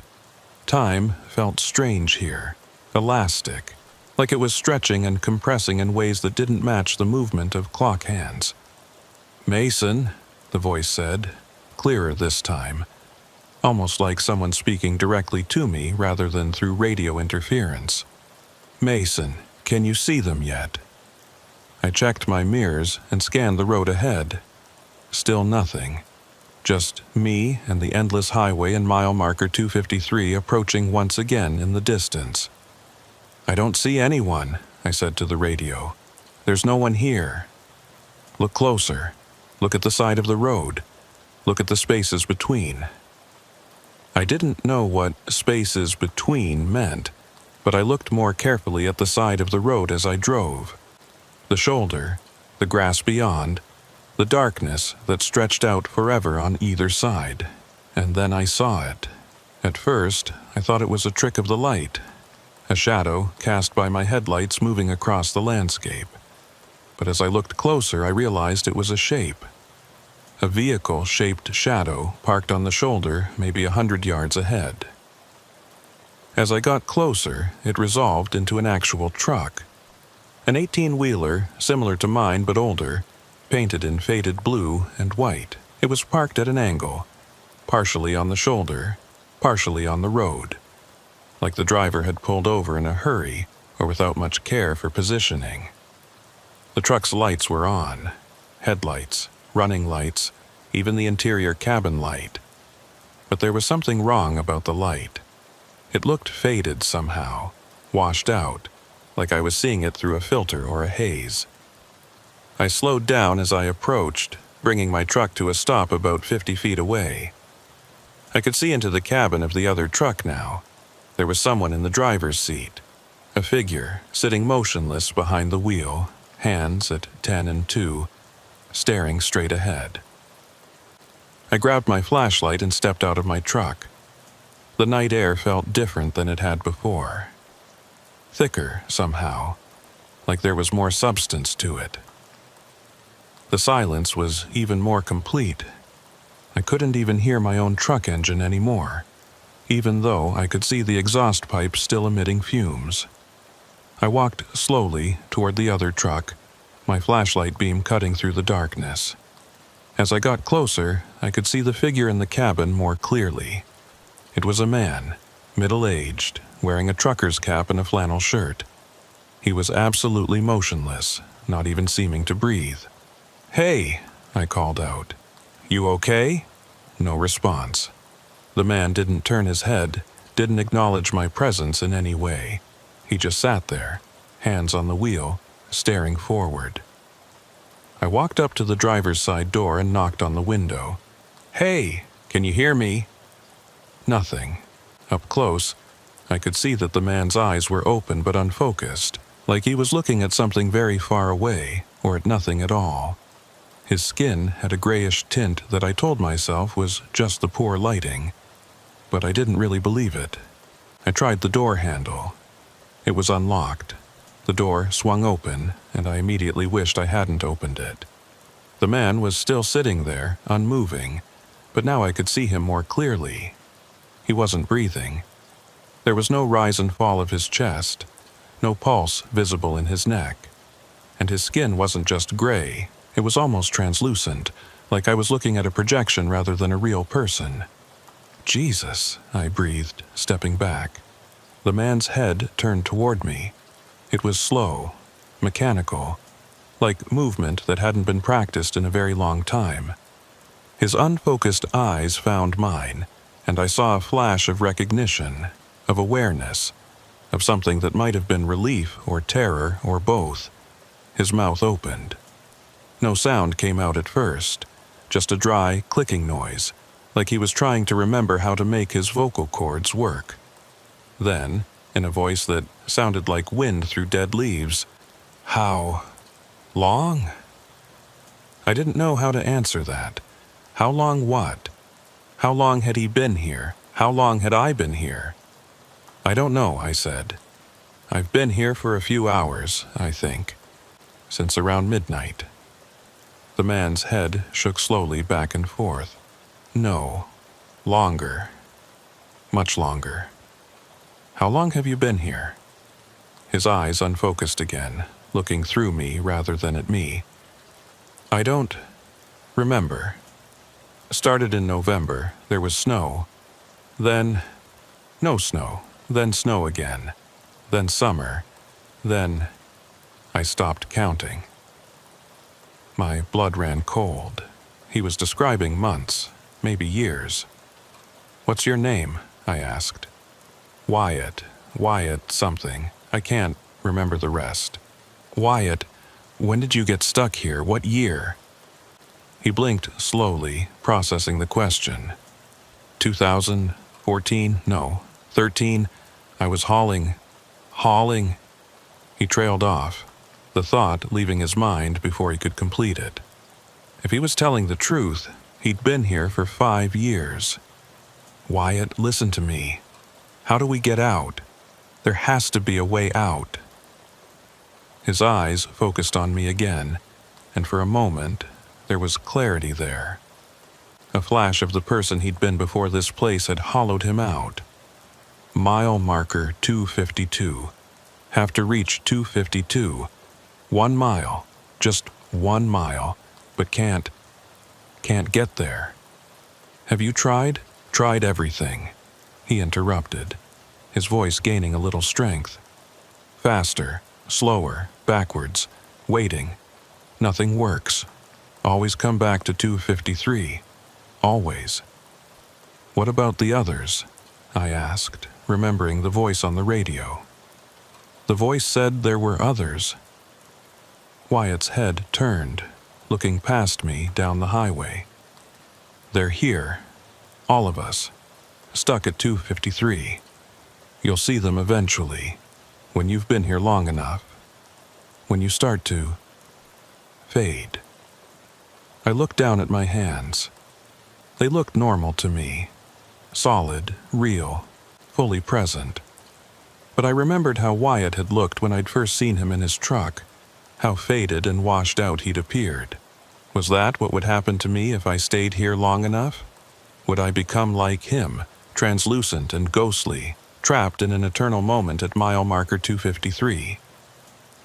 There has to be a way out, I said again, more to convince myself than him. Wyatt's attention drifted away again, his eyes losing focus. Marker 252. 1 mile away. Just 1 mile. Been trying. So long. He stopped responding after that. His hands stayed on the wheel, his eyes stayed open. But it was like whatever spark of consciousness that had animated him for those few minutes had been exhausted. He was there, but not there. Present, but absent. A recording of a person rather than an actual person. I backed away from his truck slowly, then turned and walked quickly back to mine. My hands were shaking as I climbed into the cabin and locked the doors, even though I knew locks wouldn't protect me from whatever was happening here. I sat there for a moment, trying to process what I'd just seen. Wyatt had been here since 2013.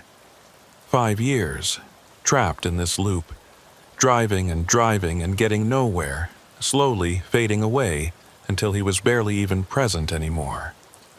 5 years. How long would it take before I ended up like him? How long before I couldn't remember my own last name, before my skin took on that translucent quality, before I became just another ghost haunting mile marker 253? I put my truck in gear and pulled back onto the highway, leaving Wyatt sitting in his faded truck. As I drove away, I checked my rearview mirror and saw him pull back onto the highway behind me, maintaining his position on the wheel, driving forward even though forward didn't mean anything here. The radio crackled. You see now. You see what we become. How many? I asked the radio. How many people are stuck here? 12, 15, 20. Hard to count. Some fade away completely eventually. Some are still clear enough to see. We're all here, Mason. All driving. All trying to reach 252. There has to be a way out, I said. And I realized I'd said the same thing to Wyatt just a few minutes ago. How many times had each of these trapped drivers said the same thing? How many times had they told themselves there had to be an escape, had to be a solution, had to be a way to break the pattern? And they were all still here. Mile marker 253 appeared ahead. As I approached it, I saw something I hadn't seen before. Another truck on the shoulder, and another beyond that. 3 trucks total, including Wyatt's, all parked in roughly the same area, all with their lights on, all with figures visible in the driver's seats. I drove past them slowly, looking into each cabin. Each one contained a driver, sitting behind the wheel, hands at 10 and 2, staring forward. Some looked more solid than others. One was barely visible at all, just a faint outline that I might have been imagining. They'd all been here for different amounts of time, I realized. The more faded they were, the longer they'd been trapped. Wyatt had been here since 2013 and was still visible enough to talk to. But some of these others, they'd been here for decades, maybe longer, trapped in an endless loop, slowly dissolving into nothing. As I passed the last truck, its driver turned his head and looked at me. I couldn't make out any features.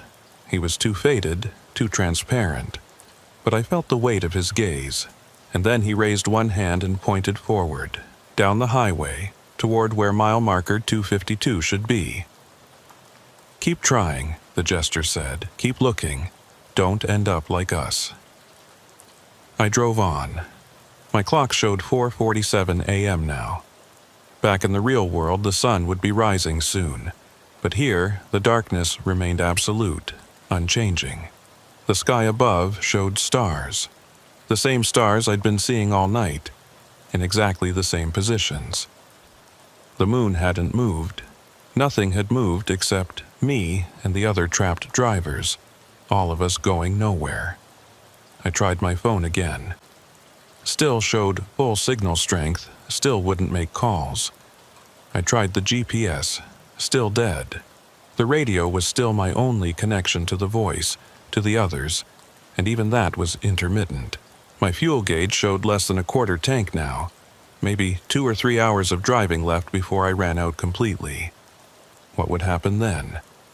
Would my truck just sit here on the highway, another permanent fixture at mile marker 253? Would I sit behind the wheel like Wyatt and the others, hands at 10 and 2, slowly fading away over years or decades until I was barely visible? Or would something worse happen? I realized I'd been assuming that being trapped here was the worst possible outcome. But what if it wasn't? What if running out of fuel triggered something else? Something even more terrible? The radio crackled. "Don't let the fuel run out." "What happens if it does?" I asked. Static for a moment, then, "We don't know. None of us have ever run completely dry. We've all had just enough to keep moving. That's part of it, we think. The loop provides just enough fuel to keep you driving. But if you run out, if the engine stops," the voice trailed off, leaving the implication hanging in the air. If the engine stopped, if you stopped moving, something bad would happen. Something worse than being trapped. So I just keep driving forever? That's the only option? Unless you find the exit. Some of us think there's an exit. A moment when the loop breaks, when 252 becomes reachable, but none of us have found it. How long have you been here? I don't remember. Long enough that I can't recall what my wife looked like. Long enough that I've forgotten the sound of my own daughter's voice. Long enough that I'm more here than I ever was anywhere else. The resignation in the voice was heartbreaking. This person, whoever they were, had given up. They'd accepted their fate and were just existing. Driving forever, marking time, waiting for nothing because there was nothing to wait for. I couldn't accept that. I wouldn't accept that. Mile marker 253 appeared again. This time, as I passed it, I saw something new. A fourth truck parked behind the others. This one was more modern than Wyatt's, newer model, painted dark green, and the driver was visible enough that I could make out actual features. It was a woman, maybe in her 40s, with short dark hair and a leather jacket. She was looking at me as I passed, and unlike the others, she wasn't just staring blankly forward. There was awareness in her eyes, recognition, urgency. She was gesturing at me, waving her arms, pointing at something. I couldn't tell what she was pointing at, the road ahead, the shoulder, mile marker 253 itself. I slowed down, considering whether to stop and talk to her. She looked more lucid than Wyatt had been, more present. Maybe she'd figured something out. Maybe she knew something the others didn't. But before I could make a decision, my truck lurched. It was similar to the sensation I'd experienced that first time back on Route 83, but more violent. Like the road had dropped away and then snapped back, but with more force. My teeth clacked together, and I bit my tongue. The taste of blood filled my mouth. When I looked up, everything had changed. The trucks on the shoulder were gone. All 4 of them, including the woman in the green truck, had simply vanished. The road ahead looked different too, darker somehow, like someone had turned down the ambient light level. And the stars above, The stars were different. Different positions, different constellations, like I was suddenly looking at the sky from a different latitude. My clock now showed 2:33 a.m. I'd lost time, or gained it, or jumped sideways into a different moment entirely. This had happened before on Route 83, but it felt different here, more deliberate. Like the loop wasn't just repeating, it was shifting, changing, moving through different versions of itself, and each version, I suspected, was its own trap. I was about to discover just how many traps this place had waiting. Mile marker 253 appeared again, but this time it looked different. The sign itself was the same, green metal with white numbers, but the post was on the wrong side of the road. Before, it had been on the right side of the highway heading west. Now it was on the left side. The dead deer was gone too, replaced by nothing, just empty shoulder. I slowed down, staring at the marker. Everything about it was identical except for its position. It was like someone had taken the section of highway I'd been trapped in and flipped it, creating a mirror image. Or maybe I'd shifted into a parallel version of the loop, a different layer of the same trap. My fuel gauge still showed less than a quarter tank, same as before the shift. My clock still showed 2:33 a.m. But outside, the darkness had deepened, and the quality of the silence had changed. It felt heavier now, more oppressive, like the air itself was pressing down on my truck. I tried the radio. Nothing but static now, not even the voice that had been speaking to me. I tried my phone, same as before. Full signal strength, but no ability to make calls. The GPS was still dead, screen black and unresponsive. I was completely isolated now. No contact with the outside world, no contact with the other trapped drivers, no way to navigate except to keep following the highway and hoping something would change. I pressed on, watching for mile marker 253 to appear again. It did, about 8 minutes later, still on the wrong side of the road. The deer was still absent. Everything else looked the same. Same empty highway, same flat prairie on either side, same stars above in their new, unfamiliar configurations. I drove for what felt like hours, though my clock insisted only 30 minutes had passed. Each time mile marker 253 appeared, I checked to see if anything had changed. Sometimes the marker was on the right side, sometimes on the left. Sometimes there was debris on the shoulder, a blown tire, a piece of shredded rubber from a retreaded tire, and sometimes the shoulder was clean. The variations were small but consistent enough that I could tell I was cycling through different versions of the same loop. It was like being trapped in a deck of cards that was being endlessly shuffled. Each time through, I got a slightly different hand, but it was always the same cards, always mile marker 253, always the same section of highway going nowhere. My fuel gauge dropped to 1/8 of a tank. I was running out of time. Whatever was going to happen when my fuel ran out, it was going to happen soon. Maybe within the hour, maybe sooner if I kept driving at highway speeds. The voice on the radio had warned me not to let the fuel run out. But they hadn't told me what would happen if it did, and I was starting to think they didn't know, that no one had ever actually run completely dry because the loop somehow prevented it, somehow ensured there was always just enough fuel to keep driving. But what if I was different? What if the rules were changing? What if the shift I'd experienced had broken something fundamental about how this trap worked? I decided to try an experiment. I pulled over onto the shoulder and put the truck in park. Then I shut off the engine. The sudden silence was overwhelming. Without the engine noise, without the road noise, there was nothing. Just absolute, complete silence. I couldn't even hear my own heartbeat. I sat there for 60 seconds, counting them off in my head. When I reached 60, I turned the key and started the engine again. It caught immediately, rumbling back to life. I checked the fuel gauge. Still 1/8 of a tank, same as before. Shutting off the engine hadn't caused it to drop further, which was good. That meant I could potentially stretch my remaining fuel by stopping periodically. But it also meant I had to test what the voice had warned me about. What happened if I stopped? What was the consequence of not driving? I waited, engine idling, watching the darkness around me. Nothing happened. 1 minute became 2, then 5, then 10. My clock ticked forward normally. The stars above stayed in their new positions. Mile marker 253 was visible about 50 yards ahead of me, patiently waiting. Nothing happened. Maybe the voice had been wrong. Maybe stopping was fine. Maybe the real danger was something else entirely.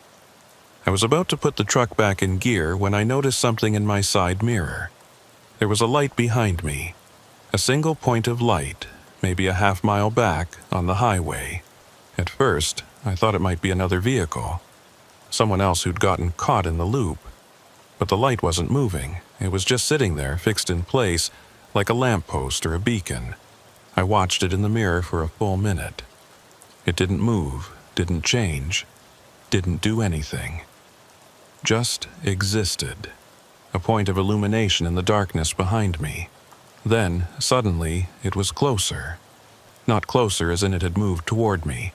Closer as in the distance between us had suddenly decreased without any apparent motion. It had been a half-mile away, and now it was maybe a quarter-mile away. But I hadn't seen it move. It had just jumped.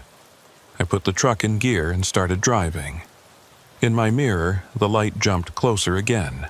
Now it was only a few hundred yards behind me, close enough that I could see it wasn't a single light but multiple lights arranged in a pattern. Like headlights. Like a truck's headlights. But there was something wrong with the pattern. The spacing was off, the angles were wrong. Like someone had assembled a truck's lighting array from memory and gotten the details slightly incorrect. I accelerated, bringing my speed up to 70. The light pattern followed, maintaining its distance now rather than jumping closer. I could see it clearly in my mirrors. It looked like a semi-truck, but the proportions were wrong. Too tall, or too narrow, or something I couldn't quite identify. Like a truck-shaped thing, rather than an actual truck. Mile marker 253 appeared ahead. As I passed it, I checked my mirror again. The truck-shaped thing was still following me, still maintaining its distance. But now I could see there was something wrong with the way it moved. It didn't sway or bounce the way real trucks do when driving on asphalt. It just glided, perfectly smooth, like it was on rails. Or like it wasn't really there at all. The radio burst to life with a screech of static that made me jump. Through the noise, I could hear a voice. Not the same voice as before, but a new one. Urgent and frightened. Don't let it catch you. Whatever you do, don't stop. Don't let it catch you. What is it? I shouted at the radio. We don't know. It comes when you stop too long. It follows. If it catches you, the voice cut off, replaced by static and then silence. I looked in the mirror again. The truck thing was closer now, definitely closer, maybe only 50 yards behind me. I could see into its cabin, could see that there was something behind the wheel, something person-shaped but not quite right, moving in jerky, mechanical ways. I floored the accelerator. My truck wasn't built for speed, but I pushed it as hard as I could. 75, 80, 85. The engine screamed in protest, but I didn't ease off. I had to put distance between me and whatever was following me. Mile marker 253 flashed by, and again, and again. Each time I checked my mirror, and each time, the truck thing was a little farther behind. After the 5th or 6th marker, I couldn't see it anymore. It had either given up or fallen too far back to be visible. I eased off the accelerator, bringing my speed down to a more sustainable 70. My heart was pounding, adrenaline coursing through my system. What the hell had that thing been? Another trapped driver who'd been here so long they'd transformed into something else. Or something that was never human to begin with, something that existed in this place naturally. I didn't want to find out. My fuel gauge was below 1/8 now, hovering just above empty. The low fuel warning light was on, had been on for a while. I had maybe 30 minutes of driving left, maybe less.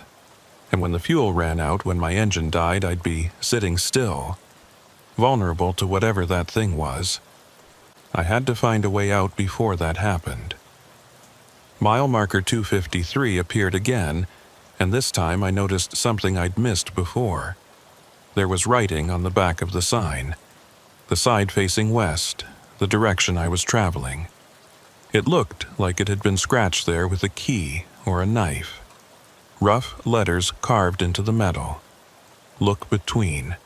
I slowed down and stared at the message as I passed. Look between what? Between mile markers? Between the lanes? Between dimensions? The radio crackled.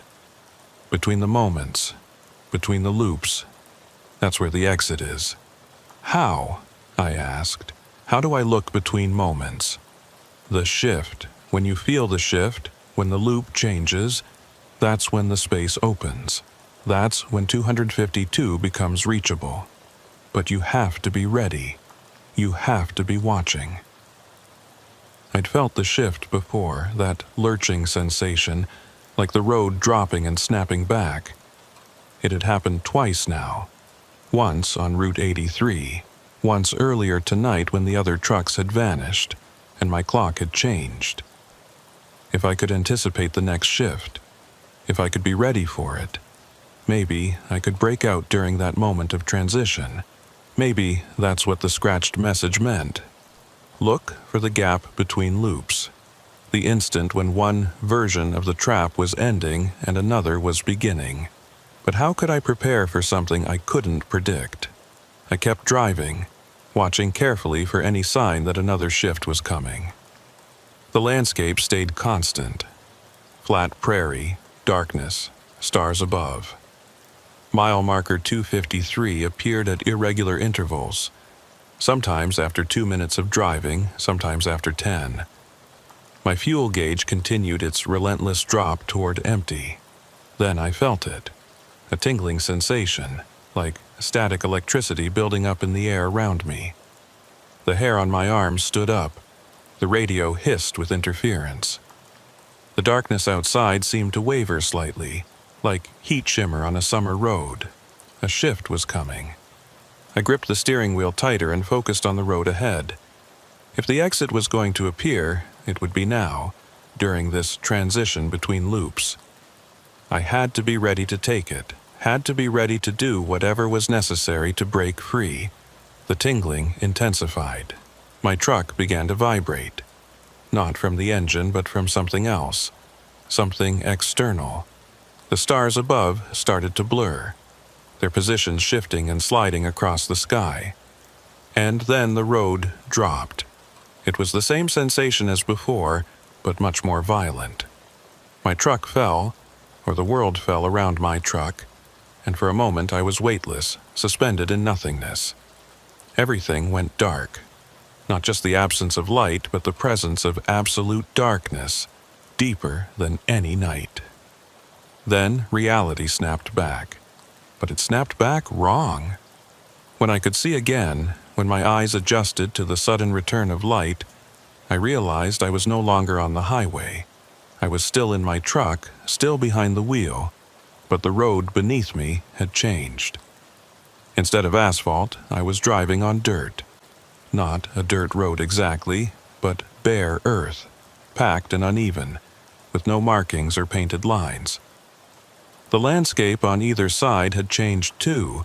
Instead of flat prairie, there were hills now, rolling mounds of earth that looked almost like burial mounds or ancient earthworks.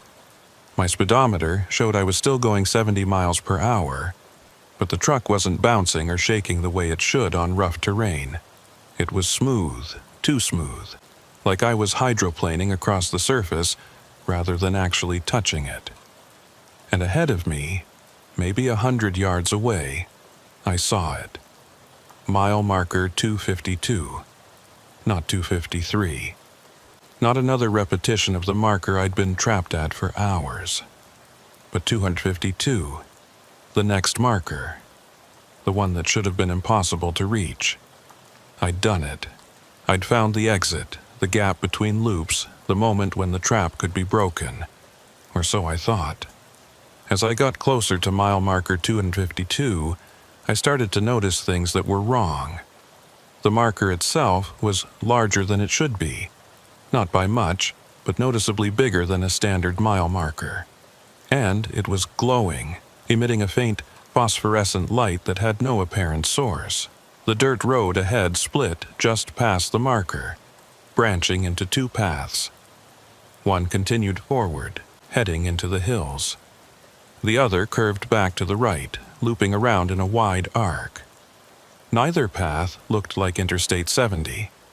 Neither path looked like any road I'd ever seen. I slowed down as I approached the marker, bringing my speed down to 40, then 30, then 20. Every instinct I had was screaming that something was wrong, that this wasn't the escape I'd been hoping for.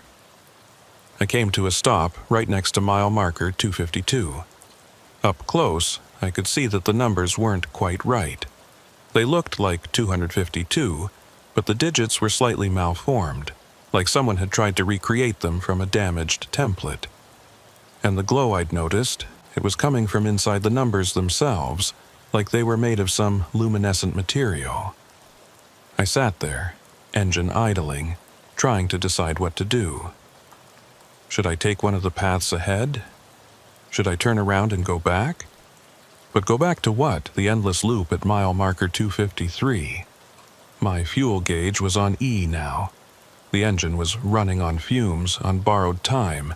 I had minutes left at most. The radio crackled one final time. You found it. You found 252, but it's not the exit, Mason. It's deeper. It's the center. The center of what? The trap. 252 is where we all end up eventually. 253 is where you get caught. 252 is where you stay. No, I said. No, I'm not staying. I'm getting out of here. There is no out. There's only deeper. You chose the wrong path when you came back during the day on Route 83. You chose to investigate instead of forgetting. And now you're here. Now you're at 252. I looked at the two paths ahead of me. Which way? I asked. Which way is out? Neither. Both. It doesn't matter. They all lead to the same place. They all lead deeper into the markers. 251, 250, 249. Each one deeper than the last. Each one harder to leave. I realized what the voice was telling me. This wasn't a linear trap with a clear exit at the end. This was nested traps, one inside another, going down forever. Mile marker 253 had been the outer layer. 252 was deeper. And if I kept going, if I chose one of these paths, I'd end up at 251, then 250, then further and further down until... I was so deep in the trap that I wouldn't even remember the surface existed. Then I go back, I said. I turn around. I go back to 253. You can try, but 253 is locked now. You pass through. You can't go back through a door that's closed behind you. I put my truck in reverse and turned around. The dirt road behind me stretched back into the hills, disappearing into darkness. I couldn't see mile marker 253 anymore. Couldn't see where I'd come from. But I tried anyway. I drove back the way I'd come, retracing my path, hoping to find the moment when dirt became asphalt again, when this nightmare landscape would transition back into something recognizable. My engine sputtered. The fuel was gone. I was running on whatever dregs remained in the lines, and even those were running out. The engine died. My truck coasted to a stop in the middle of the dirt road, surrounded by those strange earthwork hills, under a sky full of stars that didn't belong to any constellation I knew. Silence. Complete and absolute silence. I sat there, hands on the dead steering wheel, waiting for whatever was going to happen next. Nothing happened. Seconds became minutes. Minutes became... I don't know. Time felt strange again, elastic, like it wasn't moving at the same rate anymore. I tried my phone one last time. The screen lit up. It still had battery at least, and I saw that I had a signal now. Not 4 bars or 5 bars, but some signal. Something. I called Jenny. The call connected. I heard ringing, once, twice, 3 times. Then her voice. Hello? Jenny. I almost sobbed with relief. Jenny, I'm Mason. Where are you? We've been trying to reach you for days. Your dispatcher said you never made the delivery. What happened? Days, she said, days. What day is it? I asked. It's Friday morning. You were supposed to call me Wednesday night. Where have you been? Wednesday to Friday. I'd lost more than a day. I'd lost almost 2 full days to the loop at mile marker 253. I'm in Kansas, I said. Somewhere in western Kansas. I got lost. My GPS stopped working and Mason, your truck's GPS shows you haven't moved. It's been sitting in the same spot for 2 days. Your dispatcher was about to call the police. What spot? Where does it say I am? A pause while she checked. Interstate 70, mile marker 253. Of course, the GPS showed me at 253, because that's where I was. That's where I'd always been. I'd never actually left. Listen to me, I said, forcing my voice to stay calm. I need you to tell me exactly what the GPS shows. I need to know if there's anything unusual about the location. Another pause. It just shows you on I-70, about halfway between Hayes and the Colorado border. There's nothing there, Mason. Just highway. Can you see any other trucks nearby? Any other GPS signals? No, just yours. Why? What's happening? I looked out my windshield at the dirt road, at the earthwork hills, at mile marker 252, glowing softly in the distance. Then I looked at my phone, at the connection to Jenny, to the real world. And I understood. I was in 2 places at once. Physically, my truck was still sitting at mile marker 253 on Interstate 70, visible to GPS satellites, a stationary object in the real world.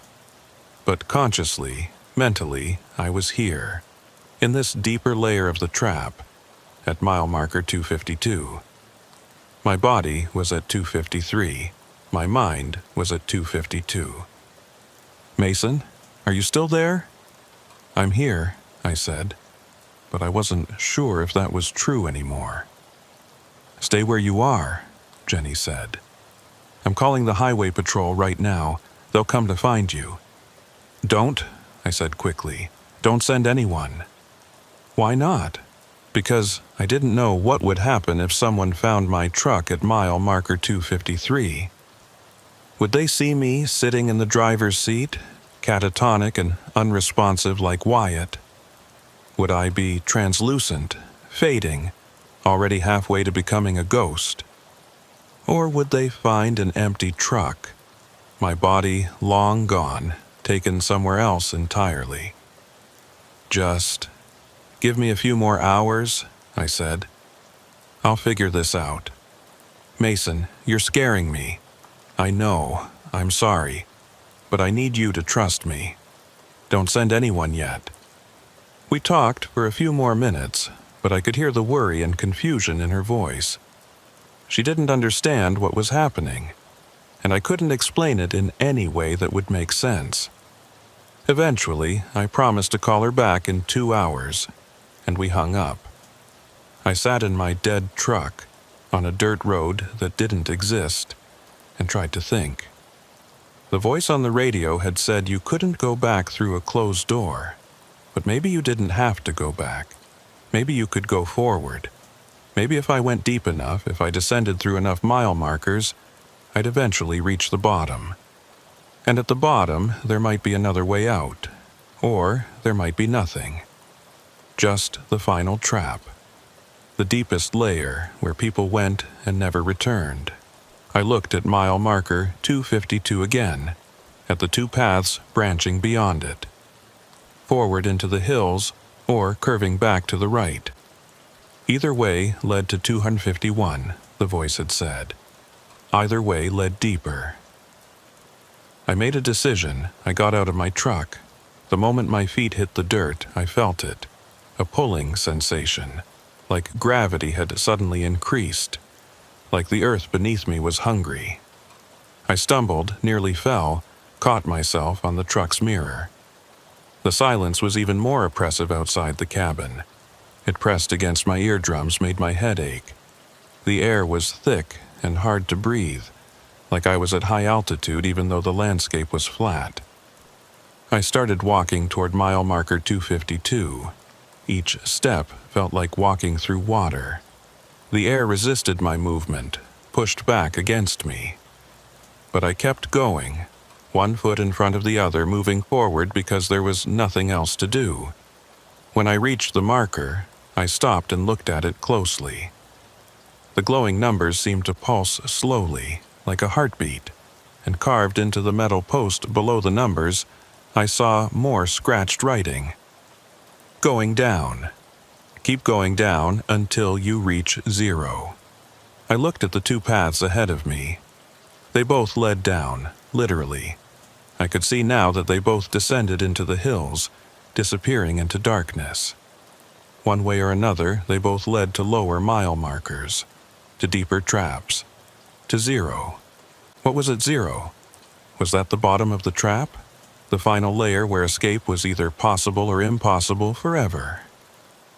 I chose the left path, the one that went straight, and started walking. The darkness closed in around me quickly. Within a few steps, I couldn't see my truck anymore. Within a dozen steps, I couldn't see mile marker 252. There was just the dirt path beneath my feet and the vague outlines of hills on either side. I don't know how long I walked. It might have been minutes or hours. Time didn't work properly here, and my phone's clock had stopped updating, frozen at the moment I'd gotten out of the truck. But eventually, I saw light ahead. Another glowing marker. Mile marker 251. I'd descended one level, gone one layer deeper. The marker looked similar to 252, but somehow worse. The numbers were more malformed. The glow was a sickly green color, and the metal post was corroded and pitted, like it had been standing there for centuries. Beyond it, the path split again. More choices. More ways to go deeper. I kept walking, mile marker 250, mile marker 249, mile marker 248. Each one glowed with that same phosphorescent light. Each one more deteriorated than the last. The landscape around me changed as I descended. The hills became sharper, more angular, less like natural formations, and more like architectural structures. The sky above disappeared entirely, replaced by a darkness so complete it seemed solid. I was inside something now, deep inside, like I'd descended into the earth itself, or into some space that existed beneath reality. Mile marker 200, mile marker 150, mile marker 100. I'd stopped trying to count how many I'd passed. My legs ached from walking, but I couldn't stop. Some instinct told me that stopping here at any of these deeper markers would be worse than stopping at 253 or 252. Down here, the trap had teeth. Mile marker 50. The path was narrower now, barely wide enough to walk on. On either side, There were no longer hills but walls, smooth, featureless surfaces that absorbed light. The marker at 50 was barely readable, the numbers almost completely corroded away. I kept going. Mile marker 25. Mile marker 10. Mile marker 5. The walls on either side were closing in. I had to turn sideways to squeeze through. The marker at 5 was tiny, almost lost in the narrowness of the passage. Mile marker 1. And beyond it, in the distance, I saw something different. Not a glowing marker, not another number, but a light, a real light, warm and yellow and inviting. It looked like sunlight, like daylight, like the world above. I started running, or tried to. The passage was too narrow, the air too thick, but I moved as fast as I could, driven by desperate hope. Mile marker 0. It was there. I'd reached it. The bottom of the trap. The marker at 0 was different from all the others. It wasn't glowing. It wasn't corroded. It looked brand new, freshly installed, the numbers crisp and clear. And attached to the post below the marker was a small metal plate with an inscription. You are here. You have always been here. This is where all roads end. Beyond mile marker 0, the passage opened up into a space. A chamber or room or something I didn't have words for.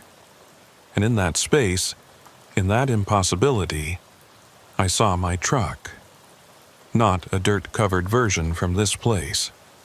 Not a faded ghost image like Wyatt's truck, but my actual truck, looking exactly as it had when I'd left it, sitting in the middle of this chamber with its lights on and its engine running. I walked toward it, moving like I was in a dream. When I reached it, when I opened the door and climbed into the cabin, everything felt real. The seat, the steering wheel, the dashboard, all solid, all present, all exactly as they should be. My phone rang. I answered it. Mason? Jenny's voice, clear and close. Mason, where are you? Are you okay? I looked around the chamber, at mile marker 0 behind me, at the impossible space I was sitting in. I'm coming home. The highway patrol found your truck. You're not in it. Where are you? I looked down at myself, at my hands on the steering wheel, at my reflection in the rearview mirror. I looked solid. I looked real. But Jenny was telling me I wasn't in my truck. I'm here, I said. I'm sitting in the driver's seat right now. Mason, you're not. The truck is empty. They're searching the area. They think you might have wandered off, might be hurt or confused. Where are you? I realized what had happened. What must have happened. I'd gone too deep. I'd descended through too many markers, passed through too many layers of the trap. And somewhere along the way, maybe at 252, maybe at 100, maybe at 0, I'd crossed a threshold. I'd left my body behind. The me, sitting in this truck, in this impossible chamber, was a copy, a recording, a consciousness that had been separated from its physical form. Jenny, I said slowly, I need you to listen carefully. In my truck, in the glove compartment, there's a notebook. I write down all my routes, all my stops. Get that notebook and look at the last entry. A pause, then, okay, the police are getting it now. Hold on. I waited. Around me, the chamber began to change. The walls were becoming transparent, revealing what lay beyond them. Other chambers, other trucks, other drivers sitting in their vehicles, all at mile marker 0, all at the end of all roads. Some of them looked substantial, real. Others were transparent, ghostly. And a few were barely visible at all, just suggestions of form, echoes of people who'd been here so long they'd almost completely faded away. We were all here, all the trapped drivers, all the people who'd gotten caught in these loops and descended too far to return. This was where we ended up. This was the collection point. "Mason," Jenny's voice bringing me back. The notebook just says Kansas City to Denver, I-70, electronics. Nothing unusual. Look at the date. Another pause. It says Tuesday, March 13th, 2018. What's today's date? It's Friday, March 16th, 2018. Why? I looked at my clock. It still showed 2:33 a.m., the time it had shown since the shift at mile marker 253. But Jenny was saying it was 3 days later. I'd lost 3 days to the loops and the descent. "There's something else," Jenny said, her voice shaking. "Mason, the police are saying, they're saying it looks like the truck's been sitting there for weeks, not days. There's dust, and the engine's completely cold, and the seat is... They're saying the seat is deteriorated, like it's been exposed to weather for a long time. Weeks, not days. Weeks, or maybe more." "I love you," I said to Jenny. "I want you to know that. I love you, and I'm sorry. Mason, what's happening? You're scaring me." "I know. I'm sorry." I hung up before she could respond. Around me, the other drivers in their trucks were moving now, stirring, becoming aware of my presence. Some turned to look at me. Some raised their hands in greeting or warning. One, an elderly man in a truck so old it must have been from the 1970s, pointed at mile marker 0, then pointed down, indicating there was further to go. But I was done descending. I was at the bottom. This was as far down as I could go. Or was it? I looked at mile marker 0 again, at the inscription on the plate. "This is where all roads end." But roads don't end. They connect. They lead somewhere. Even a dead end is still connected to the road network, still part of the system. I got out of my truck and walked back to mile marker 0. The other drivers watched me, curious, perhaps wondering what I was going to do. I grabbed the marker post and pulled. It didn't budge at first, but I kept pulling, putting my full weight into it, and slowly it began to move. The metal groaned, the earth around its base cracked, and finally, with a sound like tearing fabric, the marker came free. Where the marker had been, there was a hole. Not a hole in the ground, but a hole in space itself. A dark opening that didn't reflect light, that seemed to absorb everything, even attention. I looked into the hole and saw nothing. No, not nothing. I saw the absence of everything. A void where reality simply stopped. This was the true bottom, not mile marker 0, but what lay beneath it, the foundation upon which the trap was built. I took a deep breath and jumped in. The fall was instantaneous and eternal. I fell through darkness and light and colors that didn't have names. I fell through every mile marker I'd ever passed, through every road I'd ever driven, through every moment of my 22 years as a trucker. And then I stopped falling. I was sitting in my truck on Interstate 70, mile marker 253, in western Kansas. My engine was running. My GPS was working, showing my position normally. My phone had full signal. My clock showed 12:47 a.m. on Wednesday, March 14th, 2018. I'd gone back, or forward, or sideways into a version of reality where I'd never descended, where I'd never reached mile marker 0. I sat there for a long moment, trying to understand what had just happened. Had I escaped? Had I broken the loop by going all the way to the bottom and then through it? Or had I just reset back to the beginning, doomed to repeat the whole experience again? Mile marker 252 appeared ahead of me. Real mile marker 252. Not glowing, not malformed, just a standard green sign with white numbers. I passed it at normal speed, my odometer advancing normally. My GPS tracking my position in real time. Mile marker 251. Mile marker 250. I kept driving, watching the numbers count down in the normal way, each marker 1 mile apart, each marker exactly where it should be. No loops, no repetitions, no impossible geometry. I crossed into Colorado just after 3 a.m. and reached Denver by 7:30, right on schedule. I made my delivery, signed the paperwork, and called Jenny to let her know I was okay. "You sound better," she said. "You sounded so strange earlier." "Earlier?" "When you called Tuesday night. You sounded confused, like something was wrong." I'd called Tuesday night. From my perspective, that was 3 days ago. But for her, it was just last night. Time had reset along with everything else. "I'm fine," I told her. "Just tired. I'll be home tomorrow." And I was. I drove home, took a few days off, and went back to work the following week. Everything was normal. Everything was fine. Except I never drive through western Kansas anymore. I take alternative routes now, even if they add hours to my trips. And I never, ever drive at night on unfamiliar roads. Because I know the truth. I know what's underneath the highways, what lies in the spaces between mile markers.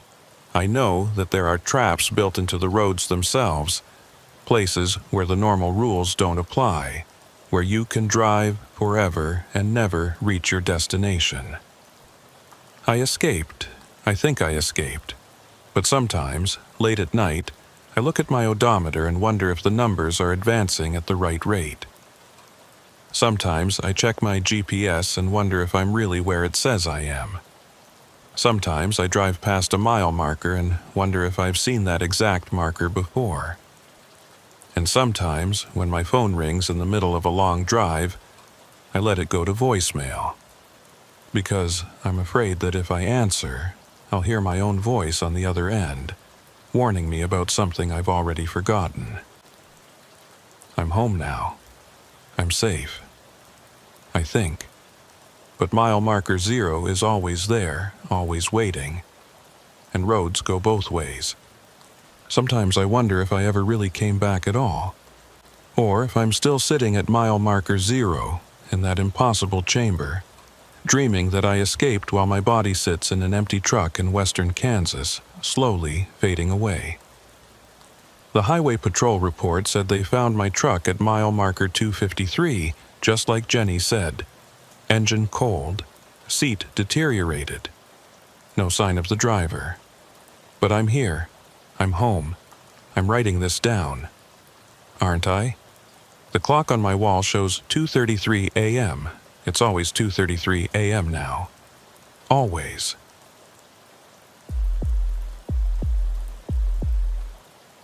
My name is Archer Hayes. I've been driving trucks for 11 years, and I'm telling you this story because I need someone to know what happened. Because, according to every official record, every GPS log, every dispatch system, the trip I'm about to describe never happened. I don't exist in those 12 hours, and I'm not sure I ever really left them. It was September 2020. I was hauling medical supplies from Memphis to Little Rock. Simple route, 3.5 hours on I-40 West. I left Memphis at 6 p.m. on a Thursday. The first 2 hours were normal. I crossed into Arkansas, stopped briefly at a rest area near Forest City, then got back on I-40. The problem started around 8:15. My phone lost signal instantly, full bars to no service in a blink. Then my GPS froze, the screen flickering before going black. My truck's navigation system pixelated and died. Both systems failed at the exact same time.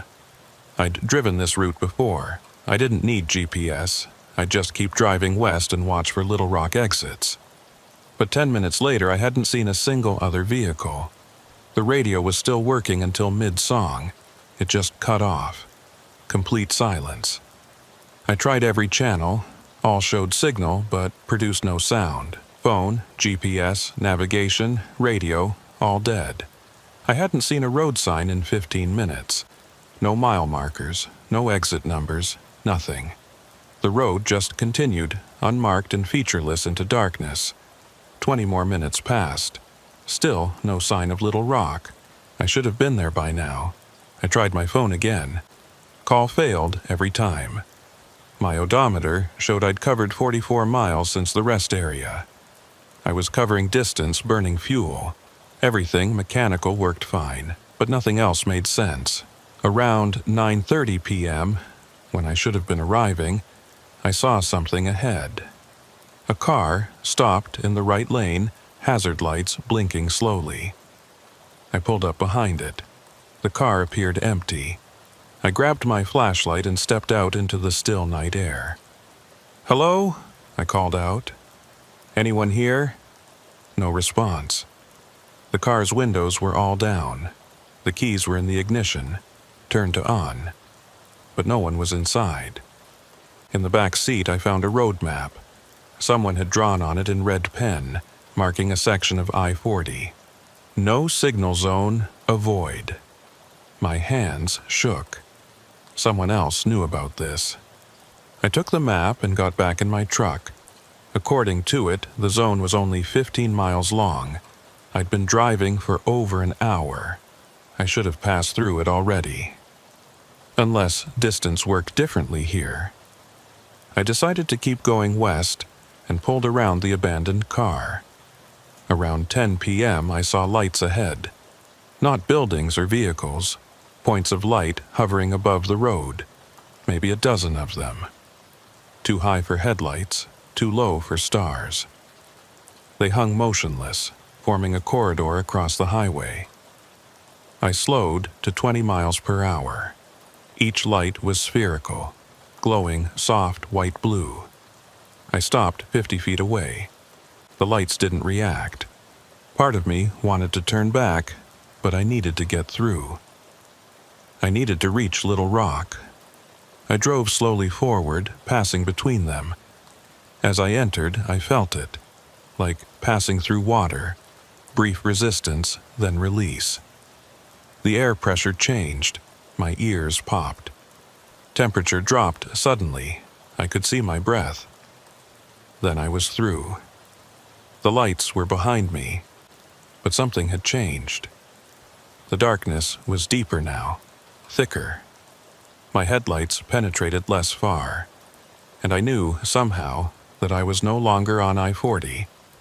My phone buzzed. A text message from an unknown number. "You shouldn't have come through. Turn around while you still can."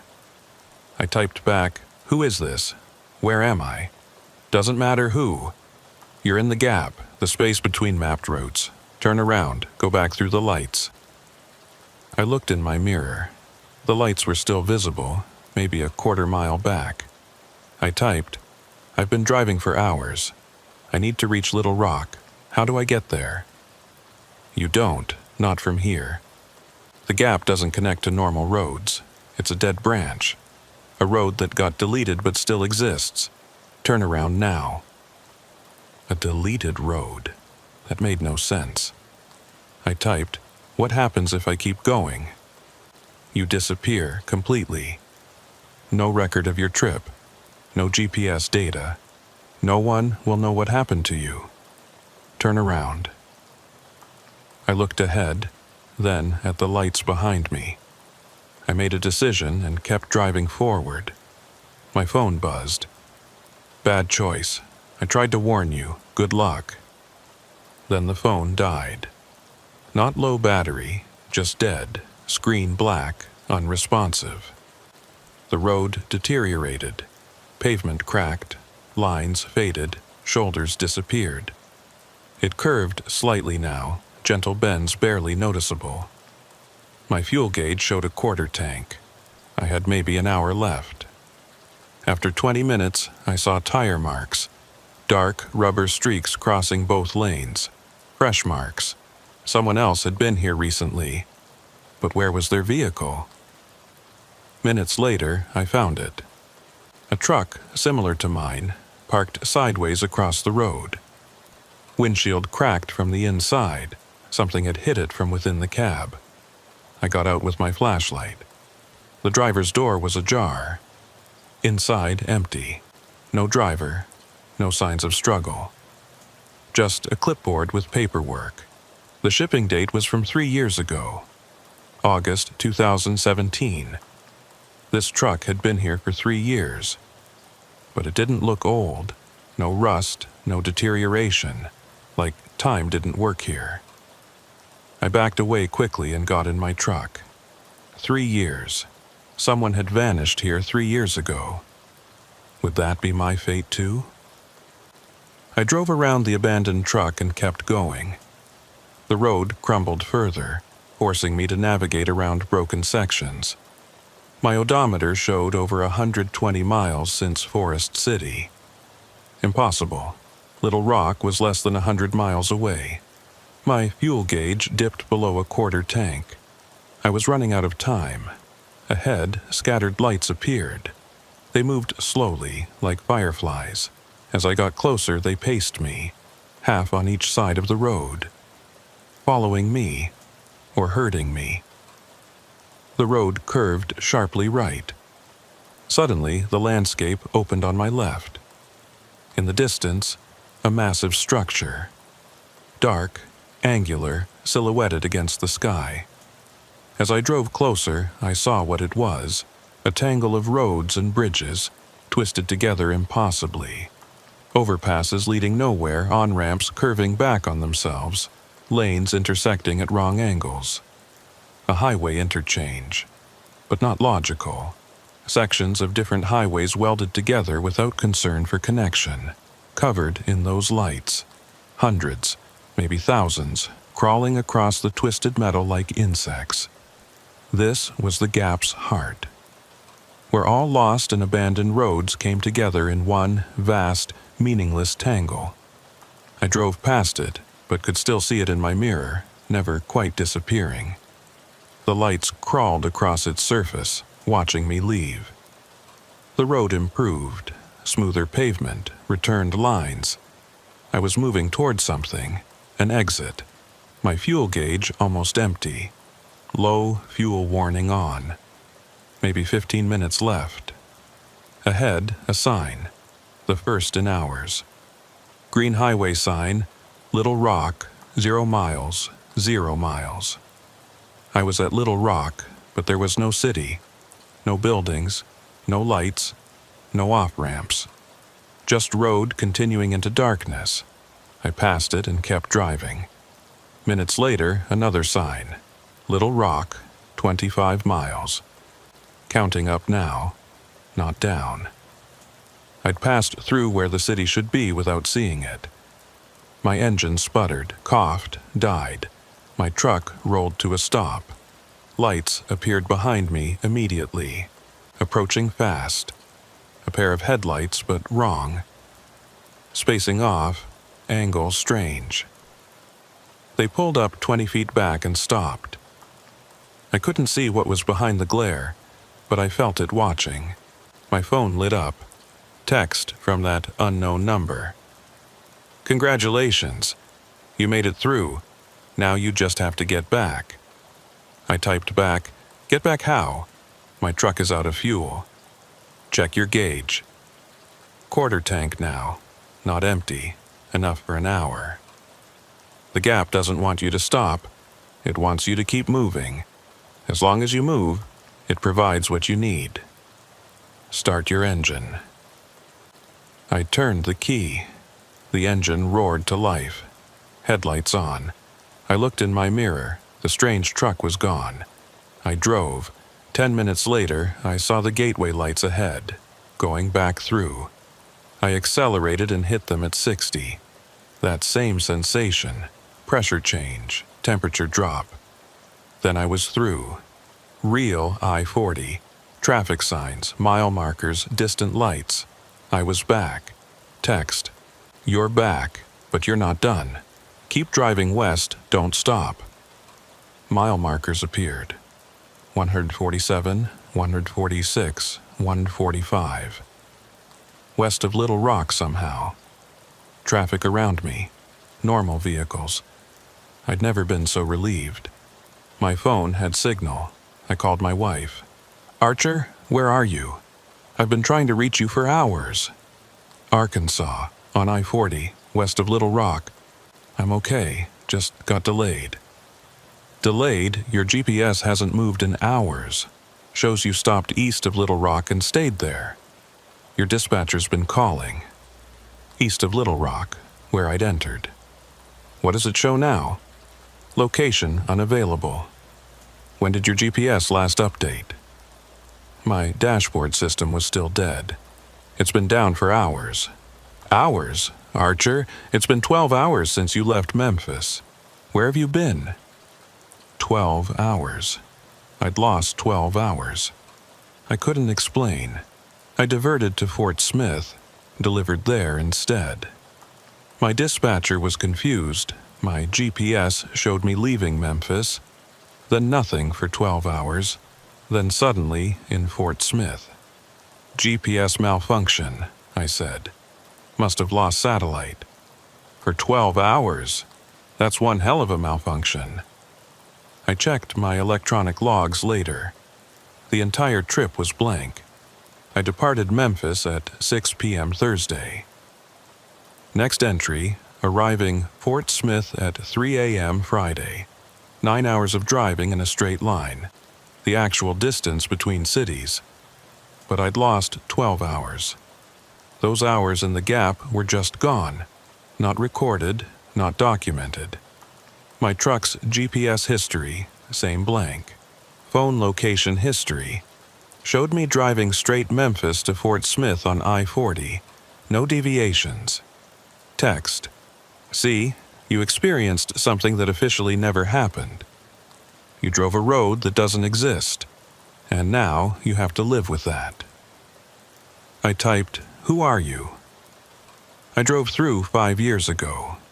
Got out, like you. But part of me is still there. Part of all of us who've been through it is still there. The gap keeps a peace. What do you mean? You'll find out. When you realize you can't remember the last hour of driving. When your odometer doesn't match. When your GPS shows you in 2 places at once. The gap leaves a mark. That was 3 years ago. I tried to put it behind me. But the mark remained. I'd be driving familiar routes and suddenly realize I had no memory of the last 30 miles. The road would skip. Mile marker 150, then blink. Mile marker 120. No recollection between. Time and distance stopped being reliable. My ELD kept showing gaps. An hour here, 2 hours there. Missing time. I tried local deliveries only. Didn't matter. Even on short trips, I'd lose time. The gap wouldn't let me go. I kept a separate log. In 3 years, I'd lost over 300 hours. Hours that existed in my memory, but nowhere else. 300 hours driving roads, not on any map. Last month, another text. It's getting worse, isn't it? Yes. How do I stop it? You don't. Once the gap has you, it keeps you. But there's something you should know. Others who've been through, we stay in touch. There's many of us. We're starting to understand what the gap is. What is it? A collection point. Where lost roads accumulate. Every rerouted highway, every closed, forgotten road, every route that existed on paper but was never built, they end up there. And when you drive through, you become part of it. So, I'm stuck? One way out, go back, drive through again, but reach the center. That tangle you saw, find your own route in it, sever the connection. Or, get lost permanently, but staying as you are, gradually losing more of yourself. That's not much better. I thought for months. Kept losing hours. Finally, last week, I took a load Memphis to Little Rock. Same route. Left at 6 p.m. Thursday.